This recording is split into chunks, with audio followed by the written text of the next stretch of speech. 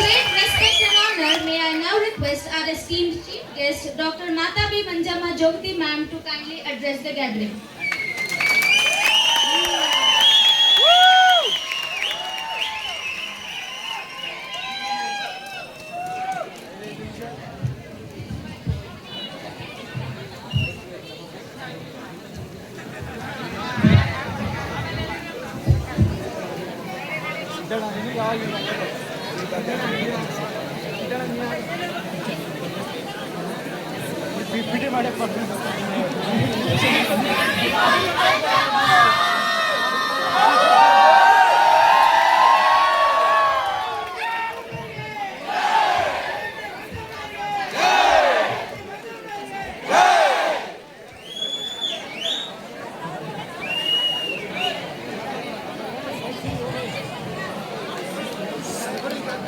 ಎಲ್ಲರಿಗೂ ನಮಸ್ಕಾರ. ಸಂಜೆಯ ಶುಭ ವಂದನೆಗಳು. ಹಾಗೆ ಕರ್ನಾಟಕ ವಿಶ್ವವಿದ್ಯಾಲಯ ಅಂತರ್ ವಲಯ ಯುವಜನೋತ್ಸವ 2025-26ರ ಸಮಾರೋಪ ಸಮಾರಂಭದ ಅಧ್ಯಕ್ಷತೆಯನ್ನು ವಹಿಸಿರ್ತಕ್ಕಂಥ ಎಂ ಖಾನ್ ಅವರೇ ಹಾಗೂ ವೇದಿಕೆ ಮೇಲಿರ್ತಕ್ಕಂಥ ಎಲ್ಲ ಮಹನೀಯರೇ ಹಾಗೂ ಎಲ್ಲ ಬೋಧಕಿಯರೇ, ಎಲ್ಲ ಸಿಬ್ಬಂದಿ ವರ್ಗದವರೇ ಹಾಗೂ ನನ್ನ ಪ್ರೀತಿಯ ಮುದ್ದಿನ ಮಕ್ಕಳು, ನಿಮ್ಮೆಲ್ಲರ ಅಂತರಾತ್ಮಕ್ಕೆ ಶರಣು ಶರಣು ಶರಣು ಶರಣು.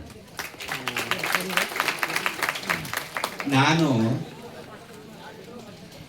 ಯಾವತ್ತೂ ಜೀವನದಲ್ಲಿ ಯಾವ ಕಾಲೇಜು ಮೆಟ್ಲು ಹತ್ತಲಿಲ್ಲ, ಯಾವ ಯೂನಿವರ್ಸಿಟಿ ಮೆಟ್ಲು ಹತ್ತಲಿಲ್ಲ. SSLC ಫೇಲ್ ಆಗಿದ್ದೀನಿ ನಾನು. ಸೈನ್ಸು ಇಂಗ್ಲೀಷು 2 ಸಬ್ಜೆಕ್ಟ್ ಫೇಲ್ ಆದವು. ನಾವು ಆರ್ಯ ವೈಶ್ಯ ಕುಲದಲ್ಲಿ ಹುಟ್ಟಿರೋದ್ರಿಂದ ನಮ್ಮಪ್ಪ ನಮ್ಮ ಜಾತಿಗೆ ಇಷ್ಟೇ ವಿದ್ಯಾಭ್ಯಾಸ ಸಾಕು ಲೆಕ್ಕ ಮಾಡೋಕ್ಕೆ ಅಂತೇಳಿ ನಮ್ಮಪ್ಪ ಬಿಡಿಸ್ಬಿಟ್ರು. ಆದರೆ ನಿಜ ಜೀವನದಲ್ಲಿ ಯಾವ ಕಾಲೇಜು ಮೆಟ್ಟಲು, ಯಾವ ಯೂನಿವರ್ಸಿಟಿ ವಿಶ್ವವಿದ್ಯಾಲಯದ ಮೆಟ್ಟಲನ್ನು ಹತ್ತದೇ ಇದ್ದರೂ ನನ್ನ ಜಾನಪದ ಕಲೆ ಕರ್ನಾಟಕದ 100 ಕಾಲೇಜು ಮೆಟ್ಟಲುಗಳನ್ನು ಅದು ನನಗೆ ತುಂಬ ಸಂತೋಷ. ಇವತ್ತು ನನ್ನನ್ನು ಕರ್ಕೊಂಡು ಬರಬೇಕಾದ್ರೆ, ಸ್ವಾಗತ ಮಾಡಬೇಕಾದ್ರೆ ಜೋಗತಿ ನೃತ್ಯದೊಂದಿಗೆ ಕರ್ಕೊಂಡು ಬಂದರು. ನಾನು 86ರಿಂದ ಇಂಥ ಸಾವಿರಾರು ವೇದಿಕೆಗಳ ಕಾರ್ಯಕ್ರಮಗಳನ್ನು ಹಾಗೂ ಯಾವುದೇ ಮಟ್ಟದ ಕಾರ್ಯಕ್ರಮಗಳನ್ನು MLA MP ರಕ್ಷಣಾ ವೇದಿಕೆ ಈ ರೀತಿ ಎಲ್ಲ ಕಾರ್ಯಕ್ರಮದ ಮೆರವಣಿಗೆಯಲ್ಲಿ ನಾನು ಅವರಿಗೆ ಸ್ವಾಗತದ ನೃತ್ಯವನ್ನು ಮಾಡಿ ಅವ್ರಿಗೆ ಆಹ್ವಾನ ಮಾಡಿದ್ದೆ. ಇದೇ ನನಗೆ ನನ್ನ ಜೋಗತಿ ನೃತ್ಯವನ್ನು ನೀಡಿದ್ದಕ್ಕೆ ಪ್ರೇರಣೆ ಅಮ್ಮ ಅಂತೇಳಿ ನನಗೆ ಸುಮಾರು ಜನ ವೇದಿಕೆ ಮೇಲೆ ನೃತ್ಯ ಮಾಡಿ ತೋರಿಸಿದ್ದಾರೆ. ನನ್ನನ್ನು ಮುಂದೆ ಕುಂದ್ರಿಸಿ 100 ಜನ ಮಾಡಿ ತೋರಿಸಿದ್ದಾರೆ. ಆದರೆ ನನ್ನನ್ನು ಸ್ವಾಗತ ಮಾಡಿದ್ದು ಜೋಗತಿ ನೃತ್ಯದೊಂದಿಗೆ ಇದೇ ಮೊಟ್ಟ ಮೊದಲಿಗೆ ಅಂತ ಮಕ್ಕಳೆಲ್ಲ ಸ್ಟೆಪ್ ಹಾಕ್ಬೇಕಾದ್ರೆ ನಾನು ಹಾಕ್ತಿದ್ದ ಸ್ಟೆಪ್ಗಳು ನೆನಪು ಬಂದು, ನಾನು ಕುಣಿತಿದ್ದ ಭಂಗಿಗಳು ನೆನಪು ಬಂದು, ಅದು ಏನೋ ಸುಮಾರು 40 ವರ್ಷದ ಹಿಂದೆ ನನ್ನ ಮನಸ್ಸು 40 ವರ್ಷದ ಹಿಂದೆ ಹೋಯಿತು. ಅವತ್ತು ಅಷ್ಟು ಕಷ್ಟಪಟ್ಟು ಭಕ್ತಿಯಿಂದ ಪ್ರೀತಿಯಿಂದ ಸಮಯ ಪ್ರಜ್ಞಾವಂತಳಾಗಿ ನಾನು ಅದನ್ನು ಹಳ್ಳಿಯ ಗುಡಿಸಲಿನಿಂದ ದೆಹಲಿಯ ಪಾರ್ಲಿಮೆಂಟ್ವರೆಗೆ ಪಾರ್ಲಿಮೆಂಟ್ವರೆಗೂ ಆ ನೃತ್ಯವನ್ನು ತೆಗೆದುಕೊಂಡು ಹೋಗಿದ್ದಕ್ಕೆ ಇವತ್ತು ನನಗೆ ಈ ರೀತಿಯ ಸ್ವಾಗತ ಸಿಕ್ತು ನನಗೆ ನನ್ನ ಕಲೆಯಿಂದ ಅಂತ ಹೇಳೋದಕ್ಕೆ ನನಗೆ ತುಂಬ ಖುಷಿ ಆಗ್ತದೆ. ಅದರಲ್ಲೂ ನನಗೆ ನಿಮ್ಮಂಥ ಮಕ್ಕಳ ಜೊತೆ ಸಮಯವನ್ನು ಕಳೆಯೋದು ಅಂದರೆ ನಂಗೆ ತುಂಬ ಇಷ್ಟ. ನಾನು ಅಂಗನವಾಡಿ ಶಾಲೆಯಿಂದ ವಿಶ್ವವಿದ್ಯಾಲಯದವರೆಗೆ ಹೋಗ್ತೀನಿ. ನನಗೆ ಯಾರಿಗೂ ಬರಲ್ಲ ಅಂತ ಹೇಳಲ್ಲ. ಒಂದು ಅಂಗನವಾಡಿ ಕಾರ್ಯಕ್ರಮಕ್ಕೆ ಕರೆದ್ರೂ ಹೋಗ್ತೀನಿ. ನನ್ನ ಜೀವನದಲ್ಲಿ ಸಣ್ಣದು ಮತ್ತು ದೊಡ್ಡದು ಅನ್ನೋದು ಇಲ್ಲೇ ಇಲ್ಲ, ಎಲ್ಲದೂ ಸಮಾನ. ನನಗೆ ಮೊನ್ನೆ ಯಾವುದೋ ಒಂದು ಹಳ್ಳಿ ಕಾರ್ಯಕ್ರಮಕ್ಕೆ ಹೋಗಿದ್ದೆ. ಅವ್ರು ಹೇಳಿದ್ರು, ನೀವು ಸುಮ್ಮನೆ ಇನ್ವಿಟೇಷನ್ನಾಗೆ ಹೆಸರು ಹಾಕ್ಸ್ಕೊಂಡಿದ್ದೀರಮ್ಮ, ಬರ್ತೀರೋ ಬರಲ್ಲ ಅಂತ. ನಾವು ಬಂಡ್ರಿ ಹತ್ರ ಹೊಸಪೇಟೆಯಿಂದ ಕೂಡ್ಲಿಗೆ ಹೋಗೋ ದಾರಿಯಲ್ಲಿ ಬಂಡ್ರಿ ಅಂತ ಬರುತ್ತೆ. ಅಲ್ಲೊಂದು ಸಣ್ಣ ಹೈಸ್ಕೂಲ್ 9ನೇ ಕ್ಲಾಸಿನ ತನಕ ಇದೆ, ಆ ಸ್ಕೂಲಿಗೆ ಹೋಗಿದ್ದೆ. ಅವ್ರು ಆ ರೀತಿ ಹೇಳಿದ್ರು, ನೀವು ನಮ್ಮ ಸಂಸ್ಥೆಗೆ ಬರ್ತಿರೋ ಇಲ್ಲೋ ಅನ್ಕೊಂಡಿದ್ದೀರ ಅಂತಂದ್ರು. ನಮ್ಮದು ಸಣ್ಣ ಸಂಸ್ಥೆ ಅಂದರು.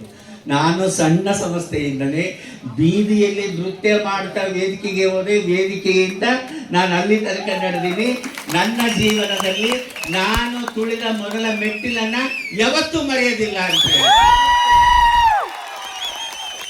ಇವತ್ತು ನಾನು ಈ ವೇದಿಕೆಗೆ ಬರಬೇಕಾದ್ರೆ ಮೊದಲನೇ ಮೆಟ್ಟಿಲನ್ನ ತುಳಿದು ಒದ್ದು ಇಲ್ಲಿ ಬಂದು ಕೂತಿದ್ದೀನಿ. ನಾನು ಅಲ್ಲಿಂದ ಇಲ್ಲಿಗೆ ಜಂಪ್ ಮಾಡಕ್ಕಾಗಲ್ಲ. ಆಗತ್ತಾ? ನೀವೆಲ್ಲರೂ ಈ ಕಡೆಯಿಂದ ಬಂದು ಈ ಕಡೆಯಿಂದ ಬಂದು ಅಲ್ಲೋ ಕೂತಿದ್ದೀರಾ. ಇಲ್ಲಿಂದ ಅಲ್ಲಿ ಜಂಪ್ ಮಾಡಕ್ಕಾಗತ್ತಾ? ಆಗೋದಿಲ್ಲ. ಮೊಟ್ಟ ಮೊದಲ ಮೆಟ್ಟಿಲನ್ನ ತುಳಿದಿರ್ತೀವಲ್ಲ, ಅದನ್ನ ಜೀವನದಲ್ಲಿ ಯಾವತ್ತೂ ಮರಿಬಾರ್ದು. ಜೀವನದಲ್ಲಿ ಯಾವತ್ತೂ ಮರಿಬಾರ್ದು. ಜೀವನದಲ್ಲಿ ಆದಂತ ಕಷ್ಟ ಸುಖ, ಒಳ್ಳೆಯದು ಕೆಟ್ಟದ್ದು ಏನೇ ಬರಲಿ ಅದನ್ನ ಯಾವತ್ತೂ ನಾವು ಜೀವನದಲ್ಲಿ ಮರಿಬಾರ್ದು. ಇದ್ದಾಗ ಹಿಗ್ಗಬಾರದು, ಇಲ್ಲದಾಗ ಕುಗ್ಗಬಾರದು. ಯಾವತ್ತಿಗೂ ಒಂದೇ ರೀತಿ ಇರ್ಬೇಕು, ಯಾವತ್ತಿಗೂ ಒಂದೇ ರೀತಿ ಇರ್ಬೇಕು. ನಾನು ಇವತ್ತು ಇಲ್ಲಿ ಬರೋದ್ರಾಗೆ ಸುಮಾರು 1000 ಫೋಟೋಗಳನ್ನು ತೆಗೆಸ್ಕೊಂಡಿದ್ದೀನಿ. ಇವತ್ತು ಸವದತ್ತಿ ಎಲ್ಲ ಮುಂಗುಡ್ಡಕ್ಕೆ ಹೋಗೋರು, ನಾನು ವಾಶ್ರೂಮ್ಗೆ ಹೋದ್ರೂ ಅಲ್ಲಿ ಬಂಡಿಗಳು ನಿಂತಿರ್ತಿದ್ವು, ಗಾಡಿಗಳು ನಿಂತಿರ್ತಿದ್ವು. ಪೆಟ್ರೋಲ್ ಬಂಕ್ಗೆ ಹೋದ್ರು ಅಲ್ಲಿ ಗಾಡಿಗಳು ಇರ್ತಿದ್ವು. ಎಲ್ಲೋ ಹೋದ್ರೂ ಜನ ಇರ್ತಿದ್ರು. ಎಲ್ಲರ ಜೊತೆ ಫೋಟೋ ತೆಗೆಸ್ಕೊಂಡು ನಿಧಾನವಾಗಿ ಆರಾಮಾಗಿ ಖುಷಿಯಿಂದ ಬಂದೆ. ನೀವುಗಳ ಕೊಡೋ ಪ್ರೀತಿಗೆ ನಾನು ಬೆಲೆ ಕಟ್ಟೋಕೆ ಆಗಲ್ಲ. ನಾನು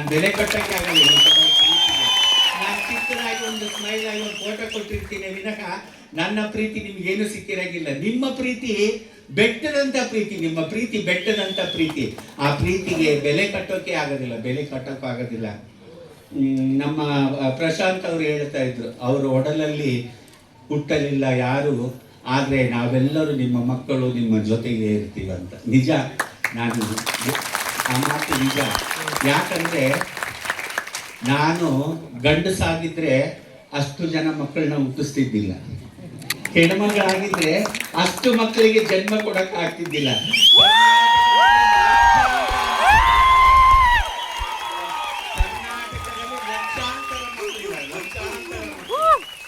ಅದು ನನ್ನ ಭಾಗ್ಯ ಅಂತ ಹೇಳ್ತೀನಿ. ಈ ಭಾಗ್ಯ ಯಾರಿಗೂ ಸಿಕ್ಕಿಲ್ಲ. ಈ ಭಾಗ್ಯ ನಾನು ಸುಮಾರು ಒಂದು 3-4 ಜನ ಹೆಣ್ಣುಮಕ್ಕಳನ್ನ ಕನ್ಯಾದಾನ ಮಾಡಿದ್ದೀನಿ, ಧಾರೆ ಏರ್ಕೊಟ್ಟಿದ್ದೀನಿ. ನಾನು ಮಗು ಗಂಡಸಾಗಿ ಮದುವೆ ಆಗಿದ್ರು ಆ ಭಾಗ್ಯ ಸಿಕ್ತಿದ್ದಿಲ್ಲ, ಮಕ್ಕಳು ಆಗ್ತಿದ್ದಿಲ್ಲ. ಆದ್ರೆ ನಾನು ತೃತೀಯ ಲಿಂಗಿ ಆದ್ರೂ ಒಂದು 3-4 ಜನ ಕನ್ಯೆಗಳನ್ನ ಧಾರೆ ಎದ್ದು ಕೊಟ್ಟಿದ್ದೀನಿ ತಾಯಿ ಸ್ಥಾನದಲ್ಲಿ. ಆ ಭಾಗ್ಯ ಕೊಟ್ಟು ಅಂದ್ರೆ ಆ ಭಾಗ್ಯ ಸಿಕ್ಕಿದ್ದು ನನ್ನ ಜಾನಪದ ಕಲೆಯಿಂದ. ಇವತ್ತು ಆ ಭಾಗ್ಯವನ್ನು ಕೊಟ್ಟು ಪ್ರಶಾಂತ್ ಅವರಿಗೆ ನಾನು ಬರೋದು ಡೌಟ್ ಇತ್ತು. ನಾನು ಬೆಂಗಳೂರಲ್ಲಿ ತುಂಬಾ ಹೋರಾಟ ಮಾಡ್ತಾ ಇದ್ದೀನಿ. ಅವರು ಪದೇ ಫೋನ್ ಮಾಡಿ ಸತ್ಯ ಹರಿಶ್ಚಂದ್ರ ಸಿನಿಮಾ ಯಾರು ನೋಡಿದ್ದೀರಿ? ಸತ್ಯ ಹರಿಶ್ಚಂದ್ರ, ಓ ಸೂಪರ್. ಅದರಲ್ಲಿ ನಕ್ಷತ್ರಿಕ ಅಂತ ಇರ್ತಾನೆ ಗೊತ್ತಾ ಹರಿಶ್ಚಂದ್ರನಿಗೆ? ಹಂಗ ಅವ್ರು ನನಗಾಗಿ ಪದೇ ಫೋನ್ ಮಾಡಿದ್ರೆ ಮುಂಜಾಮರೆ ಡೇಟು ಅಮ್ಮ ನಾನು ಪ್ರಶಾಂತ್ ಮಾತಾಡೋದು. ಯಾಕಂದ್ರೆ ನಾನು ಮಾತಾಡೋದು ಕೀಪ್ಯಾಡ್ ಸೆಟ್ಟಲ್ಲಿ, ಅದರಲ್ಲಿ ಯಾರ ನಂಬರು ಸೇವ್ ಇರಂಗಿಲ್ಲ. ನಮ್ಮ ಬಂಧು ಬಳಗ, ದೊಡ್ಡ ಅಧಿಕಾರಿಗಳು ಅಂತರ್ವಸ್ತಿ ಸೇವ್ ಇರ್ತಾವೆ. ಇನ್ನು ಉಳಿದದ್ದೆಲ್ಲ ಅದಿನ್ನೊಂದು ಸೆಟ್ಟಲ್ಲಿ ಸೇವ್ ಇರುತ್ತೆ. ಎರಡಕ್ಕೂ ಒಂದೇ ನಂಬರ್. ಅದು ನನಗೆ ಫೋನ್ ಮಾಡಿದಾಗೆಲ್ಲ ನೀವು ಯಾರು ಅಂತ ಕೇಳ್ತಿದ್ದೆ. ನಾನಮ್ಮ ಯೂನಿವರ್ಸಿಟಿಯಿಂದ ಪ್ರಶಾಂತ್ ಹೇಳ್ರಿ ಅಂತ. ನಾನು 1 ಸಲ 2 ಸಲ ಹೇಳಿದ್ನಲ್ಲ, ಮೊದಲೇ ಅವ್ರು ಪರಿಚಯ ಹಾಕೊಂಡ್ಬಿಡ್ತಿದ್ರು, ಅಮ್ಮ ನಾನು ಪ್ರಶಾಂತ್ ಯೂನಿವರ್ಸಿಟಿಯಿಂದ ಅಂತ. ಅವ್ರಿಗೆ ತುಂಬ ಡೌಟ್ ಇತ್ತು. ಆಗ್ಲೆಲ್ಲ ಫೋನ್ ಮಾಡೋದೆ. ನಾನು ನಿನ್ನೆನೂ ಸಾಯಂಕಾಲ ಫೋನ್ ಮಾಡಿದ್ರಲ್ರಿ, ನಾನು ಇವತ್ತು ನೈಟ್ ಬಿಡ್ತಿದ್ರಿ, ಬೆಳಗ್ಗೆ ನಿಮಗೆ ಟೈಮ್ಗೆ ಸರಿಯಾಗಿ ನಾನು ಅಲ್ಲಿರ್ತೀನಿ ಅಂತಂದೆ. ಬೆಳಗ್ಗೆನೂ ಫೋನ್ ಮಾಡಿದ್ರು, ನಾನು ಡ್ರೆಸ್ ಚೇಂಜ್ ಮಾಡ್ತಾ ಇದ್ದೆ, ಸ್ನಾನ ಮಾಡಿ ಬಂದು 3 ಸಾರಿ ಫೋನ್ ಮಾಡ್ಯಾರ, ನಾನು ಫೋನ್ ರಿಸೀವ್ ಮಾಡಿಲ್ಲ. ಪ್ರಶಾಂತ್ ಅವ್ರಿಗೆ ಡಬ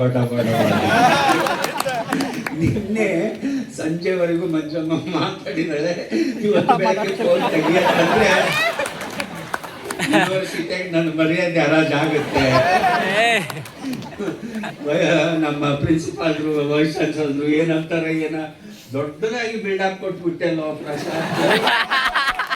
ಮಂಜಮ್ಮ ಇಲ್ಲಪ್ಪ.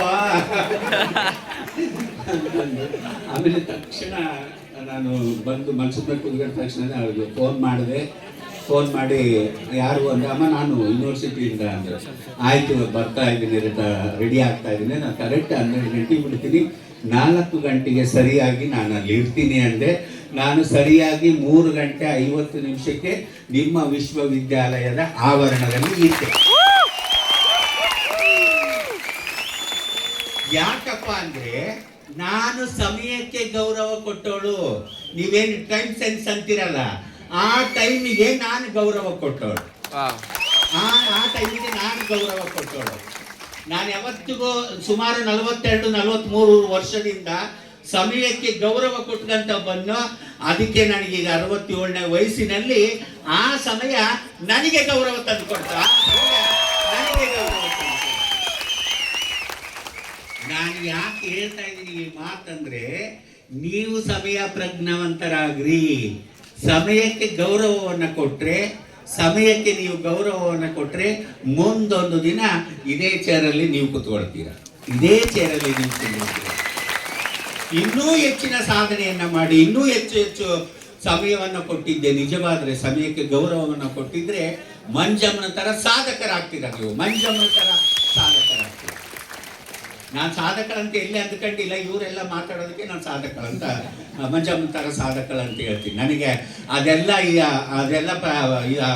ನನ್ನ ತಲೆಗೆ ಇಲ್ಲ. ನನಗೆ 21ರಾಗ ಹೊನ್ನಾವರ ಹತ್ರ ಕರ್ವದಲ್ಲಿ ನಾನು ಜಾನಪದ ತರಬೇತಿ ಶಿಬಿರ ಮಾಡ್ತಿದ್ದೆ, ಮಹಿಳಾ ತರಬೇತಿ ಶಿಬಿರ ಮಾಡ್ತಾ ಇದ್ದೆ. ಬೆಳಗ್ಗೆ 11 ಗಂಟೆಗೆ ಒಂದು ಹುಡುಗಿ ಫೋನ್ ಮಾಡಿದ್ಲು. ಆಪ್ ಮಂಜಮ್ಮ ಜೋಗ್ತಿ ಐತ್ಯಾ ಅಂದ್ಲು. ನಮಗೂ ಹಿಂದಿ ಇಂಗ್ಲಿಷ್ ಬರಂಗಿಲ್ಲ, ಅದನ್ನೇನಾರ ಮಾತಾಡಕ್ ಹೋದ್ರೆ ಕತ್ತದಾಗ ಕೈ ಆಡ್ದಂಗೆ ಆಗ್ಬಿಡುತ್ತೆ.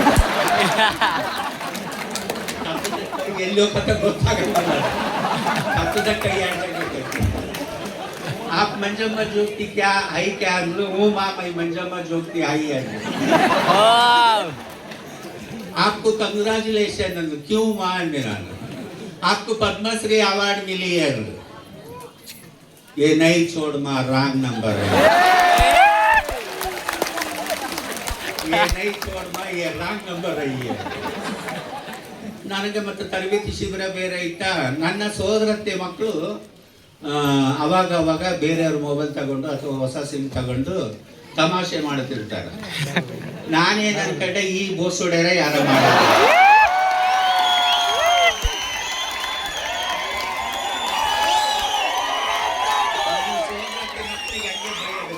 ನನ್ನ ಬಾಯಲ್ಲಿ ಇನ್ನೊಂದು ಕೆಟ್ಟ ಬೈಗಳ ಬರಂಗಿಲ್ಲ. ಹೆಣ್ಮಕ್ಳಿಗೆ ಬೈದ್ರೆ ಬೋಸುಡ್ಯಾರ ಅಂತ ಬೈತೀನಿ, ಗಂಡು ಮಕ್ಕಳಿಗೆ ಬೈದ್ರೆ ಲುಚ್ಚ ಸುಳ ಮಕ್ಕಳು.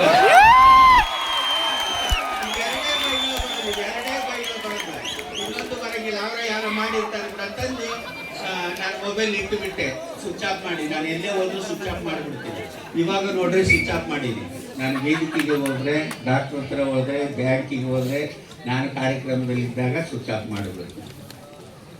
ನಾವು ಏನೇ ಮಾಡಿದ್ರೆ ಅವು ನಾವು ಹೇಳ್ದಂಗೆ ಕೇಳ್ಬೇಕು, ಅವ್ರು ಹೇಳ್ದಂಗೆ ನಾವು ಕೇಳಬಾರ್ದು. ಅದಕ್ಕೆ ನಾನು ಕಿವಿ ಹಿಂಡಿ ಬ್ಯಾಂಗಿಗೆ ಇಟ್ಟು ಬಿಡಿಸ್ತೀನಿ. ತುಂಬಾ ಜನಗಳಿಗೆ ಗೊತ್ತು ಮಂಜಮ್ಮ ಸ್ವಿಚ್ ಆಫ್ ಮಾಡ್ಯಾಳಂದ್ರೆ ಎಲ್ಲ ಸ್ಟೇಜ್ ಮೇಲೆ ಇದ್ದಾಳಂತ ಎಲ್ಲರೂ ಅನ್ಕೊಂಡ್ಬಿಟ್ಟಿರ್ತಾರೆ. ಹಂಗಾಗಿ ವಾಟ್ಸಪ್ನಲ್ಲಿ ಮೆಸೇಜ್ ಹಾಕ್ಬಿಡ್ತಾರೆ, ಅಮ್ಮ ನೀವು ಆನ್ಲೈನಿಗೆ ಬಂದ ತಕ್ಷಣ ನನಗೊಂದು ಫೋನ್ ಮಾಡ್ರಿ ಅಂತ ಹಾಕಿರ್ತಾರೆ. ಅದಕ್ಕೆ ನಾನು ಹೇಳ್ದಂಗೆ ಕೇಳಂಗೆ ಇಟ್ಕೊಂಡಿನಿ. ನಾನು ಹೇಳ್ದಂಗೆ ಕೇಳಂಗೆ ಇಟ್ಕೊಂಡಿನಿ. ನೀವೆಲ್ಲ ಯಾವ್ಯಾವ ಆ್ಯಪ್ ಬಳಸ್ತೀವಿ? ನಾನು ಅಷ್ಟೇ ಆ್ಯಪ್ ಬಳಸ್ತೀನಿ. ಫೇಸ್ಬುಕ್ ಬಳಸ್ತೀನಿ, ಬಿಸ್ನೆಸ್ ಅಕೌಂಟ್ ಬಳಸ್ತೀನಿ, ಇನ್ಸ್ಟಾಗ್ರಾಮ್ ಬಳಸ್ತೀನಿ. ಹೂ ಆ್ಯಪ್ ಇತ್ತು, ಅದು ಬ್ಯಾನ್ ಮಾಡಿದ್ರು. ಎಕ್ಸ್ ಬಳಸ್ತೀನಿ. ಟ್ವಿಟ್ಟರ್ ಈಗ ಟ್ವಿಟ್ಟರೇ ಎಕ್ಸ್ ಆಗಿದೆ, ಎಕ್ಸ್ ಬಳಸ್ತೀನಿ.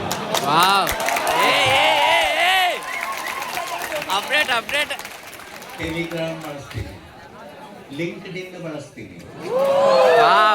ಇಷ್ಟು ಆ್ಯಪ್ಗಳನ್ನು ಬಳಸ್ತೀನಿ. ಇಷ್ಟು ಆ್ಯಪ್ಗಳಿಗೆ ಯಾರನ್ನ ಮೆಸೇಜ್ ಮಾಡಿದ್ರೆ ರಾತ್ರಿ ನಾನು ಮಲಗಲ್ಲ, ಕಾರ್ನೇ ಕೂತ್ಕೊಂಡ್ರೆ ಮನೆಗಲ್ಲ, ಮತ್ತೆ ಕಾರ್ನೇ ಕೂತ್ಕೊಂಡ್ರೆ ಮಲಗಲ್ಲ. ಡ್ರೈವರು ನಾನು ಇಬ್ಬರೇ ಓಡಾಡೋದು. ಕಾರ್ನೇ ಕೂತ್ಕೊಂಡಾಗ ಎಲ್ಲರಿಗೂ ರಿಪ್ಲೈ ಮಾಡ್ತೀನಿ, ಕನ್ನಡದಲ್ಲೇ ಮಾಡ್ತೇನೆ. ಎಲ್ಲರಿಗೂ ಕನ್ನಡದಲ್ಲೇ ರಿಪ್ಲೈ ಮಾಡ್ತೀನಿ. ಆಮೇಲೆ ನನಗೆ ಯಾವುದೇ ಸಂಕೋಚ ಇಲ್ಲ. ಯಾರು ಹಿಂದಿಯಾಗ ಇಂಗ್ಲೀಷ್ನಾಗ ಮಾಡಿದ್ರು ಅಂದರೆ ನಾನು ಹೇಳ್ಬಿಟ್ಟು, ನನಗೆ ಕನ್ನಡ, ಹಿಂದಿ, ಇಂಗ್ಲೀಷ್ ಬರಲ್ಲ, ಅಂತ ಹೇಳ್ಬಿಡ್ತೀನಿ. ನನಗೆ ಇಂಗ್ಲೀಷ್ನಾಗ ಅವ್ರಿಗೆ ಬರೆದು ಹಾಕ್ಲೇಬೇಕಾತಂದ್ರೆ I don't know English, I don't know Hindi.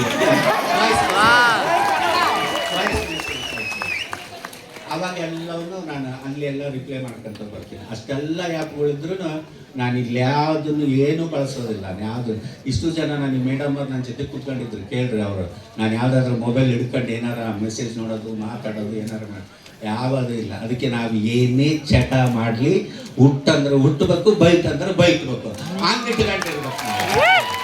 ಏನೇ ಮಾಡಲಿ ಅವು ನಾವು ಹೇಳ್ದಂಗೆ ಕೇಳಂಗಿರ್ಬೇಕು, ನಾವು ಹೇಳ್ದಂಗೆ ಕೇಳಂಗಿರ್ಬೇಕು. ಅಷ್ಟು ದೂರ, ಅಷ್ಟು ದೂರದಿಂದ ಇಷ್ಟು ಈ ವೇದಿಕೆಗೆ ಬಂದೆ. ನಿಮ್ಮನ್ನೆಲ್ಲ ನೋಡಿದ್ದು ನನ್ನ ಅದೃಷ್ಟ ಅಂತೀನಿ. ಮಂಜಮ್ಮನ ನೋಡಿದ್ದು ನಮ್ಮ ಅದೃಷ್ಟ ಅನ್ಕೊಂತಿರೋ ಇಲ್ಲೋ ನೀವು ಗೊತ್ತಿಲ್ಲ. ನಿಮ್ಮನ್ನ ನೋಡಿದ್ದು ನನ್ನ ಅದೃಷ್ಟ ಅಂತೀನಿ.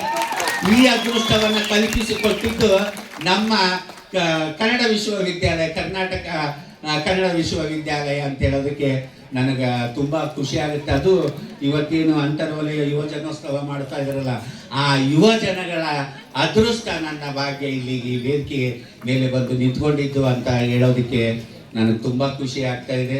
ಇವತ್ತೇನು ಈ ಒಂದು ಕಾರ್ಯಕ್ರಮವನ್ನು ಮಾಡಿದಾರಲ್ಲ, ಅದು ಅದ್ಭುತ ಕಾರ್ಯಕ್ರಮ. ಯಾಕಪ್ಪ ಹಿಂಗೆ ಹೇಳ್ತೀನಿ ಅಂತಂದರೆ, ಇವತ್ತು ನೋಡ್ರಿ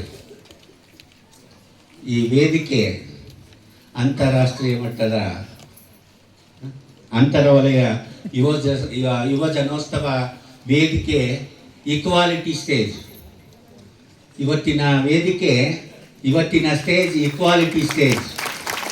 ಯಾಕಪ್ಪ ಅಂದರೆ ಸ್ತ್ರೀಲಿಂಗ ಇದೆ, ಪುಲ್ಲಿಂಗ ಇದೆ, ತೃತೀಯ ಲಿಂಗ ಇದೆ, ಸಮಾನತೆಯ ವೇದಿಕೆ. ಯಾಕಂತಾರೆ ಸರ್, ಇದು ಸಮಾನತೆಯ ವೇದಿಕೆ. ಇಲ್ಲಿ ಯಾವ ಲಿಂಗ ಭೇದ ಇಲ್ಲ, ಯಾವ ಪಕ್ಷ ಭೇದ ಇಲ್ಲ, ಯಾವ ತಾರತಮ್ಯ ಇಲ್ಲ. ಇವತ್ತಿನ ಕಾರ್ಯಕ್ರಮ ಯುವಜನೋತ್ಸವ ಸಮಾರೋಪ ಸಮಾರಂಭದ ವೇದಿಕೆ ಈಕ್ವಾಲಿಟಿ ಸ್ಟೇಜ್ ಅಂತ ಹೇಳೋದಕ್ಕೆ ನನಗೆ ತುಂಬ ಖುಷಿಯಾಗುತ್ತೆ. ಇಷ್ಟೂ ಜನ ಇವತ್ತೇನು 29 ಸಾಂಸ್ಕೃತಿಕ ಚಟುವಟಿಕೆಗಳನ್ನು ಸ್ಪರ್ಧೆಗಳನ್ನು ಮಾಡಿದಿರಲ್ಲ, ಆ ಸ್ಪರ್ಧೆಗಳನ್ನು ಮಾಡಿದ್ರೆ ನಿಮ್ಮೆಲ್ಲರಿಗೂ ಇದೊಂದು ದೊಡ್ಡ ಭಾಗ್ಯ ಅಂತ ಹೇಳ್ತೀನಿ. ಇವತ್ತೇನು 380 ಜನ ಸ್ಪರ್ಧಾರ್ಥಿಗಳು ಭಾಗವಹಿಸಿದ್ರಲ್ಲ, ಅದು ಇನ್ನೂ ಒಂದು ದೊಡ್ಡ ವಿಷಯ. ಯಾಕಪ್ಪ ಅಂತಂದರೆ ಭಾಗವಹಿಸುವಿಕೆ ಮುಖ್ಯ. ಅಲ್ಲಿ ಪ್ರಥಮ, ದ್ವಿತೀಯ, ತೃತೀಯ ಅದು ಆಮೇಲೆ ನಮಗೆ ವೇದಿಕೆ ಸಿಗುತ್ತಲ್ಲ, ಆ ವೇದಿಕೆನ ಬಳಸ್ಕೋಬೇಕು ನಾವು ಅಷ್ಟೇ. ಆ ವೇದಿಕೆನ ಬಳಸ್ಬೇಕು. ಇವತ್ತು ಮಂಜಮ್ಮ ಸಿಕ್ಕಿದ್ದಾರೆ, ಮಂಜಮ್ಮನ ಮಾತು ಕೇಳಬೇಕು ಅಷ್ಟೇ. ಮಂಜಮ್ಮ ಸಿಕ್ಕಿದ್ದಾರೆ, ಮಂಜಮ್ಮನ ಮಾತು ಕೇಳಬೇಕು. ಇವತ್ತು ನಿಮಗೇನು 380 ಜನ ಭಾಗವಹಿಸಿದ್ರಲ್ಲ, ಅದರಲ್ಲಿ ಸೋಲು ಗೆಲುವು ಮುಖ್ಯ ಅಲ್ಲ. ಭಾಗವಹಿಸುವುದೇನೈತಲ್ಲ ಅದು ಬಹಳ ಮುಖ್ಯ. ಅದು ಬಹಳ ಮುಖ್ಯ. ಸೋತವರು ಯಾವತ್ತೂ ನೊಂದ್ಕೋಬೇಡ್ರು, ಸೋತವರು ಯಾವತ್ತೂ ಬೇಜಾರಾಗಬೇಡ್ರು, ಸೋತವರು ಯಾವತ್ತೂ ಮನಸ್ಸು ಬದಲಾಯಿಸಬೇಡ್ರು. ಇವತ್ತಿನ ಸೋಲೆ ನಾಳೆಯ ಗೆಲುವು. ನಾಳೆಯ ಗೆಲುವು. ಮಕ್ಕಳೇ, ಜೀವನದಲ್ಲಿ ಸೋಲ್ಬೇಕು, ಜೀವನದಲ್ಲಿ ಕಷ್ಟವನ್ನು ಅನುಭವಿಸಿ, ಜೀವನದಲ್ಲಿ ನೋವುಗಳನ್ನು ಅನುಭವಿಸಿ. ಯಾಕಪ್ಪ ಅಂದರೆ ಇದನ್ನೆಲ್ಲದನ್ನು ಜೀವನದಲ್ಲಿ ನಾವು ಅನುಭವಿಸಿದರೆ ಮುಂದೆ ಸಂಪತ್ತು ಬರಲಿ, ಸಿರಿತನ ಬರಲಿ, ಬಡತನ ಬರಲಿ, ಅವಾಗ ನಾವು ಎದುರೋದಿಲ್ಲ. ಬಡತನ ಬಂದರೂ ಜೈ ಅನ್ನಂಗಿರ್ತೀವಿ, ಸಿರಿತನ ಬಂದರೂ ಜೈ ಅನ್ನಂಗಿರ್ತೀವಿ. ಮೊದಲು ಕಷ್ಟವನ್ನು ಅನುಭವಿಸಬೇಕು. ಜೀವನದಲ್ಲಿ ಮೊದಲು ಕಷ್ಟವನ್ನು ಅನುಭವಿಸಿದ್ರೆ ಮುಂದೆ ಸುಖ ಬಂದು ಮತ್ತೆ ಆಮೇಲೆ ಕಷ್ಟ ಬಂದರೆ ಯಾವುದೇ ಭಯ ಇಲ್ಲದೆ ನಾವು ಅದನ್ನು ಸ್ವಾಗತ ಮಾಡ್ಕೊಳ್ತೀವಿ. ಅದಕ್ಕೆ ಮೊದಲು ಜೀವನದಲ್ಲಿ ನೋವುಗಳನ್ನು ಅನುಭವಿಸಿ. ನನ್ನ ತಾಯಿಗೆ ನಾವು 21 ಜನ ಮಕ್ಕಳು. ನನ್ನ ತಾಯಿಗೆ 21 ಜನ ಮಕ್ಕಳು. ಯಾರೋ ಚಪ್ಪಳೆ ಹೊಡೆದ್ರೆ ನಮ್ಮಪ್ಪಗ ನಮ್ಮಮ್ಮಗ ಯಾರಿಗೆ? ನಮ್ಮಪ್ಪಗ ಇಬ್ಬರಿಗೂ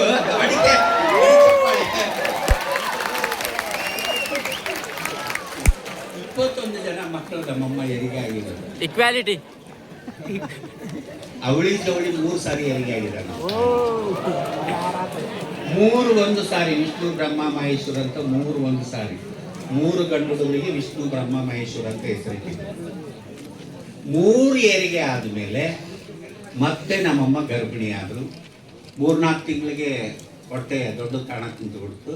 ಶೆಟ್ರೆ ಯಾಕೇನು ನಿಮ್ಮ ಹೆಣ್ಮಕ್ಳದ್ದು ದೊಡ್ಡದು ಕಾಣ್ತದೆ ಹೊಟ್ಟೆ, ಆಸ್ಪತ್ರೆಗೆ ಹೋಗಿ ತೋರಿಸ್ಕೊಂಬರ್ರಿ ಅಂದರು. ಅಷ್ಟು ದಿವಸ ಯಾವ ಆಸ್ಪತ್ರೆಗೆ ಹೋಗಿಲ್ಲ. 3 ಹೆರಿಗೆ ಆಗ್ಬೇಕಾರಷ್ಟೇ ಆಸ್ಪತ್ರೆಗೆ ಹೋಗಿದ್ದು, ಅಲ್ಲಿ ತನಕ ಮನೆಗೆ ಹೆರಿಗೆ ಆಗಿರೋದು. ಆಸ್ಪತ್ರೆಗೆ ಕರ್ಕೊಂಡು ಹೋಗ್ರಿ ಅಂದ್ರೆ ಕರ್ಕೊಂಡು ಹೋಗಿ ಟೆಸ್ಟ್ ಮಾಡಿದರೆ ಡಾಕ್ಟರ್ ನಮ್ಮಪ್ಪನ ಕರೆದು, ಶೆಟ್ರೆ ನೀನು ಹೆಂಡ್ತಿ ಹೊಟ್ಟೆಗೆ 4 ಅದಾವ್ರಿ ಅಂದರು. ಹೋದ್ ಸರಿ 3 ಆಗಿದ್ರು, ಈ ಸಲ 4 ಅದಾವು. ಹೆಂಗೆ ಮಾಡಣ್ರಿ ಡಾಕ್ಟ್ರ್ ಅಂದರೆ, ಈ ಸಲ ಹಂಗೆ ಬಿಟ್ಟರೆ ನಿನ್ನ ಹೆಂಡ್ತಿ ಬದುಕೋದಿಲ್ಲ. ಏನು ಮಾಡಣ್ರಿ, ಆಪ್ರೇಷನ್ ಮಾಡಿಸ್ಬಿಡು. ನಾನು ಹೆಂಡ್ತಿ ಒಪ್ಪಂಗಿಲ್ರಿ, ಆಪ್ರೇಷನ್ ಮಾಡಿಸ್ಯಾನ ಅಂತ. ಹೆಂಗಪ್ಪ ಮತ್ತೆ ಏನಾರ ಸುಳ್ಳು ಹೇಳಿ ಕರ್ಕೊಂಬಂದಿದ್ದಾರೆ ಡಾಕ್ಟ್ರು. ಮನೆಗೆ ಕರ್ಕೊಂಡೋಗಿ ಏನಂದ್ರು ಡಾಕ್ಟ್ರ್ ಅಂದ್ರೆ, ಹೊಟ್ಟೆಗ ನೀರು ತುಂಬೇವಂತೆ, ಇನ್ನೊಂದು ದಿವಸ ಬಾ ಅಂತಂದು ಡೇಟ್ ಕೊಟ್ಟಾರ, ಅವತ್ತು ಹೋಗೋಣ ಅಂತಂದು ಅವತ್ತು ಕರ್ಕೊಂಡು ಹೋಗಿ ಆಪರೇಷನ್ ಮಾಡಿಸಿ 3 ದಿನ ಇಟ್ಕೊಂಡು ಮನೆಗೆ ಕರ್ಕೊಂಬಂದ್ಮೇಲೆ ಆಪ್ರೇಷನ್ ಆಗೈತೆ ಅಂತ ಗೊತ್ತಾದ ಮೇಲೆ ಅಂಗಳದಾಗ ಕೂತ್ಕೊಂಡು ಲಬ್ ಬಾಯಿ ಹೊಡ್ಕೊಳ್ಕತ್ತದಂತ ನಮ್ಮಮ್ಮ. ಪಕ್ಕದ ಮನೆಯವ್ರು ಬಂದು, ಯಾಕ್ರಿ ಜಯಮ್ಮರೇ, ಯಾಕೆ ಜಯಲಕ್ಷ್ಮಮ್ಮ ಅಳಕತ್ತಿ ಅಂದ್ರು, ಅಯ್ಯೋ ನನ್ನ ಗಂಡ ಎಂತ ಮೋಸ ಮಾಡಿಬಿಟ್ನವ, ನಾನು ಇನ್ನೂ ಅಡಿತಿದ್ದೆ, ಹೋಗಿ ಆಪರೇಷನ್ ಮಾಡಿಸ್ಕೊಂಡು ಹೊಟ್ಟೆ ಕೊಯ್ಸ್ಕೊಂಡು ಬಂದುಬಿಟ್ಟ ನಾವು ಹೋಗಿ, ನನಗೆ ಇನ್ನೂ ಅಡಿತಿದ್ದೆ ಅಂದ್ರೆ. ಈಗಿನ ಹೆಣ್ಮಕ್ಳು ಹೆಂಗ ಇವಾಗ ಹೋಗಿ ಮದುವೆ ಆಗಿ ಅದೇನಾರ ಇನ್ನು 1-2 ತಿಂಗಳು ಇದಾಗಿಲ್ಲ ಅಂದರೆ ಡಾಕ್ಟ್ರ್ ಹತ್ರ ಹೋಗ್ತಾರೆ. ನಿಮ್ಮ ಮಗಳು ನಿಮ್ಮ ಸೊಸೆ ಗರ್ಭಿಣಿ ಆಗಿದ್ದಾಳೆ ಅಂತಾರೆ. ಅವ್ರು ಹೇಳ್ತಾರೆ ಡಾಕ್ಟ್ರು, ಇನ್ಮೇಲಿಂದ ತುಂಬಿದ ಚರಿಗೆ ಎತ್ತಬೇಡ, ಬೊಗ್ಗಿ ಕಸ ಅನ್ಬೇಡ, ಜಾಸ್ತಿ ಟೆನ್ಷನ್ ಮಾಡ್ಕೋಬೇಡ, ಫುಲ್ ಬೆಡ್ ರೆಸ್ಟ್. ಅವ್ರಿಗೆ ಹಂಗೆ ಅನ್ನೋದು ಒಂದ ತಡ, ಇಂಥ ಸಾಪ್ ನೆಲ್ದಾಗ ಹಿಂಗೆ ಓಡಾಡ್ತಾರೆ. ಈಗ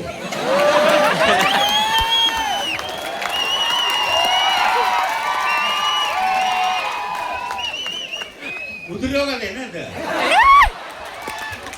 ಈಗ ಹೆಣ್ಮಕ್ಳು ಹಂಗೆ ಓಡಾಡ್ತಾರೆ. ನಮ್ಮಮ್ಮ ಅಷ್ಟು ಮಕ್ಕಳು ಆಡಿದ್ರು ಆಕೆ ಹೊಟ್ಟೆ ಮೇಲೆ ಕೈ ಇಟ್ಕೊಂಡಿದ್ದೆ ನೋಡಿಲ್ಲ. ಈಗಿನ ಹೆಣ್ಮಕ್ಳು ಅಂತಾರದು, ಅಯ್ಯೋ ಕರ್ಮ. ನಮ್ಮಮ್ಮ ಅಷ್ಟು ಮಕ್ಕಳು ಆಡಿದ್ರು 17 ಜನ ಸತ್ತು 4 ಜನ ಇದ್ದೀವಿ. 17 ಜನ ಸತ್ತು 4 ಜನ ಇದ್ದೀವಿ. ನಾನು 7ನೇ ಕ್ಲಾಸ್ ಓದುವಾಗೆ ನನ್ನ ದೇಹದಲ್ಲಿ ಬದಲಾವಣೆ ಆಯಿತು. ಅಲ್ಲಿ ತನಕ SLC ತನಕ ಓದಿದೆ, ಫೇಲ್ ಆದೆ. ಮತ್ತು ಕರ್ಕೊಂಡು ಹೋದರು, ಅಂಗಡಿ ಇಟ್ಟಿದ್ರು, ಅಂಗಡಿ ಕುಂದಿರಿಸಿದ್ರು, ಶೇಖರ್ ಶಾಪ್ ಮಾಡಿಸಿದ್ರು, ಹೋಟ್ಲು ಮಾಡಿಸಿದ್ರು.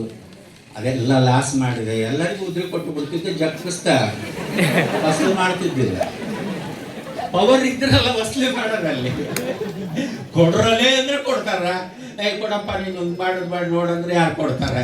ಅಯ್ಯ ಇದು ಹಂಗಪ್ಪ ಅಂತಂದು ಒಬ್ಬರದು ತಗೊಂಡಿದ್ದು ಕೊಡ್ತಾನೆ ಇದ್ದಿಲ್ಲ. ಹಂಗಾಗಿ ಎಲ್ಲ ಲಾಸ್ ಮಾಡಿದೆ. ನಮ್ಮಣ್ಣ ಪಿಗ್ನಿ ಎತ್ತಿದ್ದ, ಬ್ಯಾಂಕಲ್ಲಿ ಪಿಗ್ನಿ ಕಲೆಕ್ಷನ್ ಸೇರಿಸಿದ್ರು. ಅಲ್ಲೊಂದು ವರ್ಷ ಕೆಲಸ ಮಾಡಿದೆ. ನಾನು ಅಲ್ಲಿಗೆ ಹೋಗಿ ಬಂದಂಗೆಲ್ಲ ಇನ್ನೂ ಜಾಸ್ತಿನೇ ಆಗ್ತಿತ್ತು. ಹೆಣ್ಮಕ್ಳ ಥರ ಲುಂಗಿ ಉಟ್ಕೊಳ್ಳೋದು, ಸೆರಗು ಹಾಕ್ಕೊಳ್ಳೋದು, ಟವಲ್ ತಗೊಂಡು ಹಿಂಗೆಲ್ಲ ಓಡಾಡ್ಕೊಂತಿರ್ತು. ಮನೆಯಾಗ ಬಡಿಯೋದು, ಸಂಬಂಧಿಕರೆಲ್ಲ ಬೈಯಕ್ಕ, ಇದು ಶೂದ್ರಿಗೆ ಬರ್ತಕ್ಕಂಥ ದೇವರು, ನಮ್ಮಂಥ ಶೆಟ್ರಿಗೆ ಬರ್ತಕ್ಕಂಥ ದೇವರಲ್ಲ, ಹಂಗೆ ಹಿಂಗಂತ ಹೊಡೆಯೋದು ಮಾಡಿದ್ರು. ಮತ್ತೆ ಕರ್ಕೊಂಡು ನನ್ನ ದಾವಣಗೆರೆ ಹತ್ರ ನಮ್ಮಪ್ಪ ಕುಕ್ಕವಾಡದಲ್ಲಿ ಶುಗರ್ ಫ್ಯಾಕ್ಟ್ರಿ ಕೆಲಸ ಮಾಡ್ತಾ ಅಲ್ಲಿ ಕರ್ಕೊಂಡೋಗಿ ಬಿಟ್ಟರು. ಅಲ್ಲಿ ಕರ್ಕೊಂಡೋಗ್ಬಿಟ್ರೆ ಅಲ್ಲಿ ನಮ್ಮಪ್ಪ ಹೊಡೆಯೋದು ಅದೆಲ್ಲ ಮಾಡಿದ್ರು. ಎಲ್ಲೋ ಕೇಳಿಸಿ ನೋಡಿದ್ರು, ಡಾಕ್ಟರ್ ಹತ್ರ ಕರ್ಕೊಂಡೋದ್ರು, ಏನೂ ಆಗಲಿಲ್ಲ. ಮತ್ತು ಹುಲಿಗೆಮ್ಮ ಕರ್ಕೊಂಬಂದು ಮುತ್ತು ಕಟ್ಟಿಸಿ ಜೋಗ್ತಿ ಮಾಡಿದ್ರು. ಆಮೇಲೆ ಮನೆಗೆ ಹೋದೆ. ಒಳಗೋದ್ರೆ ಒಳಗೇನು ಕೆಲಸ, ಹೊರಗೋದ್ರೆ ಹೊರಗೇನು ಕೆಲಸ, ಹೆಣ್ಮಕ್ಳ ಜೊತೆ ಮಾತಾಡಿದ್ರೆ ಹೆಣ್ಮಕ್ಳ ಹತ್ರ ಏನು ಕೆಲಸ, ಗಂಡ್ಮಕ್ಳ ಹತ್ರ ಮಾತಾಡಿದ್ರೆ ಗಂಡ್ಮಕ್ಳ ಹತ್ರ ಏನು ಕೆಲಸ ಅಂತ ಬೈಯೋದು ಹೊಡೆಯೋದು ಶುರು ಮಾಡಿದರು. ಅದಕ್ಕೆ ನಾನೇನು ಮಾಡಿದೆ, ನಾನೊಂದು ಸಮುದ್ರದ ಗಿಡ ಇದ್ದಂಗೆ ನಾನು ಬದುಕಬಾರ್ದು ಅಂತ ದಾವಣಗೆರೆಗೆ ಪಡ್ಲಿಗೆ ತಗೊಂಡೋಗಿ ಅಲ್ಲಿ ಭಿಕ್ಷಾಟನೆ ಮಾಡಿ 2 ರೂಪಾಯಿ ಕೊಟ್ಟು ಒಂದು 5 ಜನ ಬಾಟ್ಲಿಯನ್ನು ತಗೊಂಡೆ, ವಿಷದ ಬಾಟ್ಲಿಯನ್ನು ತಗೊಂಡೆ. ಮನೆಗೆ ಹೋದೆ, ಕುಡಿದು ಮನೆಗೆ ಮಕ್ಕಂಡೆ. ವಾಂತಿ ಆಗಿಬಿಡುತ್ತಂತ ಒಂದು ಬೆಡ್ಶೀಟನ್ನು ತುದಿಯನ್ನು ಬಾಯಿಯಲ್ಲಿ ತುರ್ಕೊಂಡು ಮಕ್ಕಂಡೆ. ಅದು ಯಾವತ್ತಿನಾಗ ಹೊರಗೆ ಬಂದು ಎಲ್ಲ ಬಡ್ಡು ವಾಂತಿಯಾಗಿ ನಮ್ಮಪ್ಪ ಬೆಳಗ್ಗೆ 4 ಗಂಟೆ ಶಿಫ್ಟಿಗೆ ಹೋಗ್ಬೇಕಾದ್ರೆ ಮಂಜು ವಾಂತಿ ಮಾಡಿ ನೋಡಂದ್ರೆ ನಮ್ಮಮ್ಮ ಬಂದು ಬಟ್ಟೆ ಹಾಕಿದ್ಲು. ಆ ಬಟ್ಟೆಗೆ ಬಳ್ಕೊಂಡು ತಗೊಂಡೋಗಿ ಹೊರಗೆ ಹಾಕಿ ಒಳಗೆ ಬರೋಕ್ಕಾಗದೆ ಹೊಸ್ಲಿ ಹತ್ರನೇ ಮಲ್ಕೊಂಡ್ಬಿಟ್ಟೆ. ಕಟ್ಟೆ ಇತ್ತು, ಚಪ್ಪರ ಮನೆ, ಅಲ್ಲಿ ಮಲ್ಕೊಂಡೆ. ಮಳೆ ಬರ್ತಾ ಇತ್ತು, ಹನಿ ಬೀಳ್ತಾ ಇತ್ತು. ಮುಂದೆ ಏನಾಯಿತು ಗೊತ್ತಿಲ್ಲ. ಬೆಳಗ್ಗೆ ಕರ್ಕೊಂಡೋಗಿ ದಾವಣಗೆರೆ ಆಸ್ಪತ್ರೆಗೆ ಅಡ್ಮಿಟ್ ಮಾಡಿ ಏನೆಲ್ಲ ಮಾಡಿ 15 ದಿವಸ ಪ್ರಜ್ಞೆ ಇಲ್ದಂಗಾಗಿ, ಆಮೇಲೆ ನನಗೆ ಪ್ರಜ್ಞೆ ಬಂದಾಗ ಅವ್ರು ಯಾರು ಇಲ್ದಂಗಾಗಿ 15 ದಿವಸ ಅಲ್ಲೇ ಇದ್ದು ಅಲ್ಲಿಂದ ಡಿಸ್ಚಾರ್ಜ್ ಆಗಿ ಮನೆಗೆ ಬಂದರೆ ಒಬ್ಬರು ಮಾತಾಡಿಸ್ಲೇ ಇಲ್ಲ. ನನ್ನ ಪಾಡಿಗೆ ನಾನು ಸ್ನಾನ ಮಾಡಿ ಪೂಜೆ ಮಾಡಿ ಮನೆಗೆ ಊಟ ಮಾಡಿ ಸಂಜೆ ಮನೆ ಹತ್ರ ಬಂದೆ, ಪೂಜೆ ಭಜನೆ ಮಾಡ್ತಾಯಿದ್ರು. ಅವಾಗ ನಾವಪ್ಪ ಭಜನೆ ನಿಲ್ಲಿಸಿ ನನ್ನ ಮಗಂದು ಹೆಣ್ಣಾಗಿದ್ದರೆ ಮದುವೆ ಮಾಡಿ ಗಂಡನ ಮನೆಗೆ ಕೊಡ್ತಿದ್ವಿ, ಗಂಡಾಗಿದ್ದರೆ ಮದುವೆ ಮಾಡಿ ಅವ್ನಿಗೊಂದು ಮನೆ ಮಾಡ್ತಿದ್ವಿ, ಅಥವಾ ಅಂಗವಿಕಲ ಆಗಿದ್ದರೆ ಅವ್ರಿಗೆ ಕುಂದ್ರಿಸಿ ಕೂಳ ಹಾಕ್ತಿದ್ವಿ. ಇವನ್ನೆಲ್ಲದಕ್ಕೂ ತಪ್ಪಿದನು ನಮ್ಮ ಮನೆಗಿರೋದು ಬೇಡ ಅಂತ ನಾನು ಹೊರಗೆ ಹಾಕಿದ್ವಿ, ಮನೆ ಬಿಟ್ಟು ನಡಿ ಅಂತ ಹೊರಗೆ ಹಾಕ್ತಿದ್ವಿ. ನನಗೆ ಹೊರಗೆ ಹಾಕಿದಾಗ ಎಷ್ಟು ನೋವು ಆಗಿರಬೇಡ, ಅಪ್ಪ ಅಮ್ಮನೆ ಹೊರಗೆ ಹಾಕಿದಾಗ ಎಷ್ಟು ನೋವು ಆಗಬೇಡ. 9 ತಿಂಗಳು ಹೊಟ್ಟೆಗೆ ಇಟ್ಕೊಳಕ್ಕೆ ಜಾಗ ಐತಿ ನಮ್ಮಮ್ಮನಿಗೆ, ಇವಾಗ ಮನೆಗೆ ಇಟ್ಕೊಳಕ್ಕೆ ಜಾಗ ಇಲ್ಲಲ್ಲ ಅಂತ ಹತ್ರ ಬಸ್ ಸ್ಟ್ಯಾಂಡಿಗೆ ಬಂದು ದಾವಣಗೆರೆಗೆ 6 ಮನೆಗೆ ಇದ್ದು, ದೇವಸ್ಥಾನದಾಗೆ ಇದ್ದು, ಚಾಕರಿ ಮಾಡಿ, ಆಮೇಲೆ ಒಂದು 50 ರೂಪಾಯಿ ಮನೆ ಬಾಡಿಗೆ ಮಾಡಿಕೊಂಡು ಅಲ್ಲಿದ್ದು, ಅಲ್ಲಿಂದ ಭಿಕ್ಷಾಟನ ಮಾಡಿ ಮನೆ ಬಾಡಿಗೆ ಕಟ್ಬೇಕಾದ್ರೆ ಒಂದ್ಸರಿ ಹಂಗೆ ದಾವಣಗೆರೆ ಹೈಸ್ಕೂಲ್ ಫೀಲ್ಡ್ನಾಗೆ ಬೇಗ ಹೋಗ್ಬಿಟ್ರೆ ಅರ್ಣ ಟಾಕೀಸಿಂದ ಮನೆಗೆ ಹೋಗ್ಬಿಡ್ತೀನಿ ಜಾಲಿನಗರಕ್ಕಂತ. ರಾತ್ರಿ 8 ಗಂಟೆ ಹಂಗೆ ಆಗಿತ್ತು ಬರುವಾಗ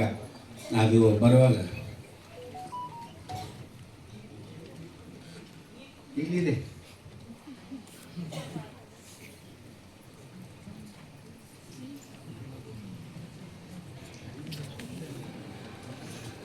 ಮನೆ ಬಾಡಿಗೆದು 2 ತಿಂಗಳು ದುಡ್ಡು ಕೊಡಬೇಕಾಗಿತ್ತು. 70 ರೂಪಾಯಿ ಬಂದಿತ್ತು. ನಾನು ಅಕ್ಕಿ ಮಾರಿ ದುಡ್ಡು ಅಲ್ಲೇ ಇಟ್ಟು ಬರ್ತಿದ್ದೆ ಅಂಗಡಿಯಾಗೆ. ಅವಾಗ 1 ರೂಪಾಯಿ ಸೇರು, 12 ಆಣೆಗೆ ಸೇರು ಅಂಗಡಿಯಾಗೆ ಅಕ್ಕಿ ತಗೊಂತಿದ್ದೆ ಭಿಕ್ಷೆ ಬೇಡಿದ್ದು.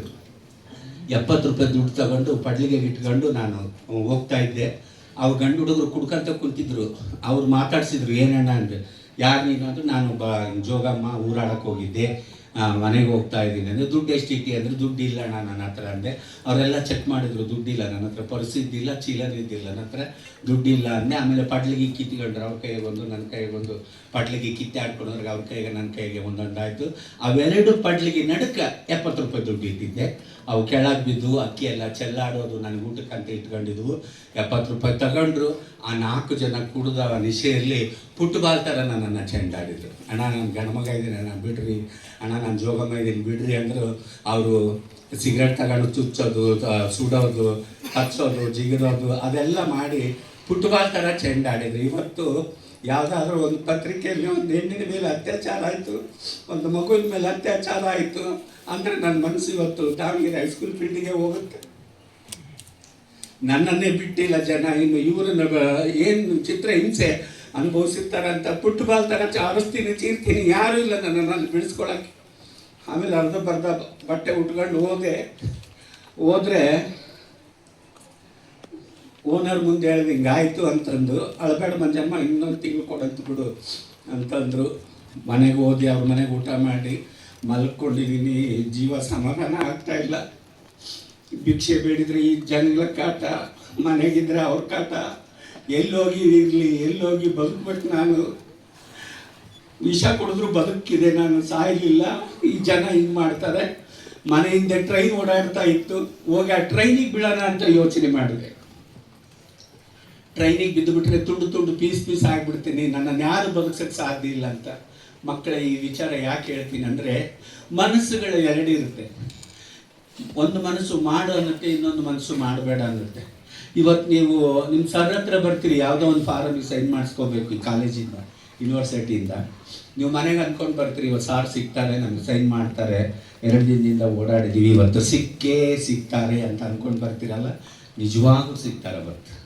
ನೀವು ಮನೆಯಿಂದ ಹೊರಡುವಾಗ ಇವತ್ತು ಸಿಗ್ತಾರೋ ಸಿಗೋದಿಲ್ಲ, 2 ದಿನ ಹೋಗಿ ಬಂದ್ವಿ ಸಿಗಲಿಲ್ಲ, ಇವತ್ತು ಸಿಗ್ತಾರೋ ಸಿಗೋದಿಲ್ಲ ಅಂತ ಬಂದರೆ ದಯವಿಟ್ಟು ಅದು ಸಿಗೋದಿಲ್ಲ.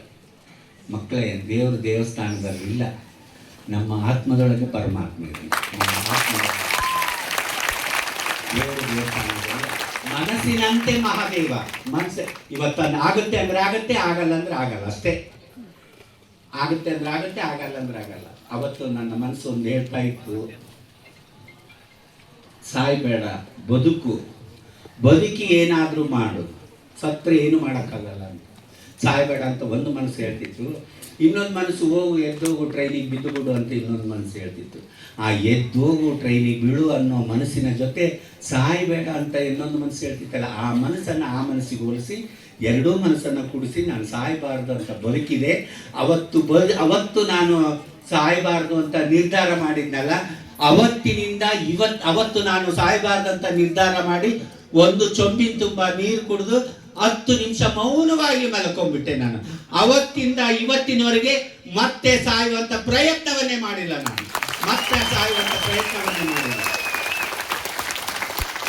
ಈಗ ಈ ಮಾತು ನಿಮಗೆ ಯಾಕೆ ಹೇಳ್ತೀನಪ್ಪ ಅಂತಂದ್ರೆ, ನೀವು ಯೂನಿವರ್ಸಿಟಿಯಲ್ಲಿ ಸ್ಟಡಿ ಮಾಡ್ತಾ ಇದ್ದೀರಾ, ನೀವು ಎಕ್ಸಾಮಲ್ಲಿ ಫೇಲ್ ಆಗ್ಬೋದು, ಮಾರ್ಕ್ಸ್ ಕಡಿಮೆ ಬರ್ಬೋದು, ಮನೆಗೆ ತಂದೆ ತಾಯಿ ಬೈಬೋದು, ಫ್ರೆಂಡ್ಸು ಬೈಬೋದು, ಅಥವಾ ಇವಾಗ ನಿಮ್ಮದು ಲವ್ ಮಾಡೋ ವಯಸ್ಸು, ಲವ್ನು ಮಾಡ್ಬೋದು, ಆ ಲವ್ ಫೇಲ್ ಆಗ್ಬೋದು, ಅಥವಾ ಮುಂದೆ ನೀವು ಮದುವೆ ಆಗ್ಬೋದು, ಮದುವೆ ಆದಮೇಲೆ ನಿಮ್ಮ ಹೆಂಡತಿ ಸತ್ತೋಗ್ಬೋದು, ಮದುವೆ ಆದಮೇಲೆ ಸತ್ತೋಗ್ಬೋದು, ಅಥವಾ ನಿಮ್ಮ ಗಂಡ ಒಂದು ಮಗುವನ್ನು ಕೊಟ್ಟು ನಿನ್ನ ಗಂಡ ಆಕ್ಸಿಡೆಂಟಾಗಿ ಸಾಯ್ಬೋದು, ಅಥವಾ ಏನೋ ಕಾಯಿಲೆ ಬಂದು ಸಾಯ್ಬೋದು. ಅವಾಗ ಎಲ್ಲ ಮಕ್ಕಳು ಏನು ಯೋಚನೆ ಮಾಡ್ತಾರೆ? ಆತ್ಮಹತ್ಯೆಗೆ ಯೋಚನೆ ಮಾಡ್ತಾರೆ. ನಾನು ಬದುಕಬಾರದು, ಸಾಯಬೇಕು, ನನ್ನನ್ನು ಪ್ರೀತಿ ಮಾಡೋದನ್ನು ಬಿಟ್ಟು ಹೋದ, ಮದುವೆ ಆದನು ಸತ್ತು ಹೋದ, ಮದುವೆ ಆದವಳು ಸತ್ತು ಹೋದ್ವು, ನಾನು ಎಕ್ಸಾಮಲ್ಲಿ ಫೇಲ್ ಆದೆ, ನಮ್ಮಪ್ಪ ಹಿಂಸೆ ಮಾಡಿದರು, ನಮ್ಮಮ್ಮ ಹಿಂಸೆ ಮಾಡಿದರು, ಫ್ರೆಂಡ್ಸು ನಮಗೆ ಶೇಮ್ ಮಾಡಿದರು, ನಾನು ಬದುಕಬಾರ್ದು, ಇರಬಾರ್ದು ಅಂತ ಒಂದು ಕ್ಷಣ ಅದನ್ನು ಯೋಚನೆ ಬಂದ್ಬಿಡುತ್ತೆ ತಲೆಯಲ್ಲಿ. ಹಂಗೆ ಬಂದ ತಕ್ಷಣವೇ ನೀವು ವಿಷ ಕುಡಿತೀರೋ, ನೇಣು ಹಾಕ್ಕೊಂತೀರೋ, ಬಿಲ್ಡಿಂಗಿಂದ ಆರಿಸಾಯ್ತಿರೋ, ಏನೆಲ್ಲ ಮಾಡಿಕೊಂಡು ಪ್ರಾಣ ಬಿಡ್ತಿರೋ. ಅದಕ್ಕೆ ದಯವಿಟ್ಟು ಯಾರು ಹಂಗೆ ಆತ್ಮಹತ್ಯೆಗೆ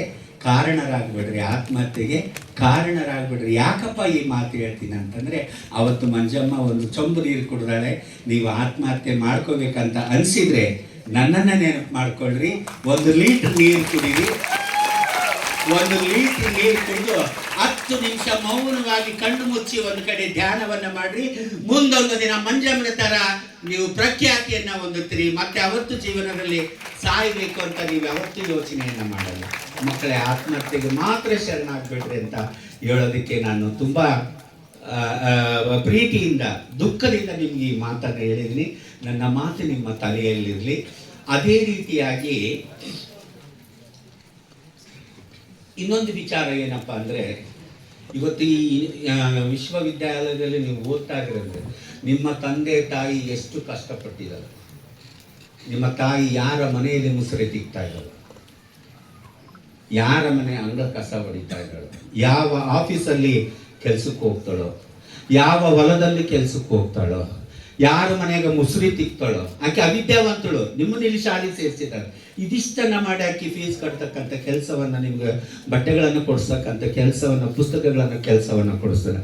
ಅದೇ ರೀತಿಯಾಗಿ ನಿಮ್ಮ ತಂದೆ ಯಾರು ಆಟೋ ಡ್ರೈವರ್ ಆಗಿದ್ದಾನೋ, ಯಾರು ಬಸ್ಸಿನ ಡ್ರೈವರ್ ಆಗಿದ್ದಾನೋ, ಯಾರು ಈ ವಿಶ್ವವಿದ್ಯಾಲಯದಲ್ಲಿ ಕೆಲಸವನ್ನು ಚಾಕರಿಯನ್ನು ಮಾಡ್ಕೊಂಡು ಹೋಗ್ತಾನೋ, ಯಾರು ಒಡ್ರು ಕೆಲಸ ಮಾಡ್ತಾರೋ, ಯಾರೆಲ್ಲ ಏನೆಲ್ಲ ಕೆಲಸ ಮಾಡ್ತಾನೋ, ಹೋಟ್ಲಲ್ಲಿ ಸಪ್ಲೈ ಮಾಡ್ತಾನೋ, ಯಾಕೆ ಅವರಿಬ್ಬರು ಅವಿದ್ಯಾವಂತರು.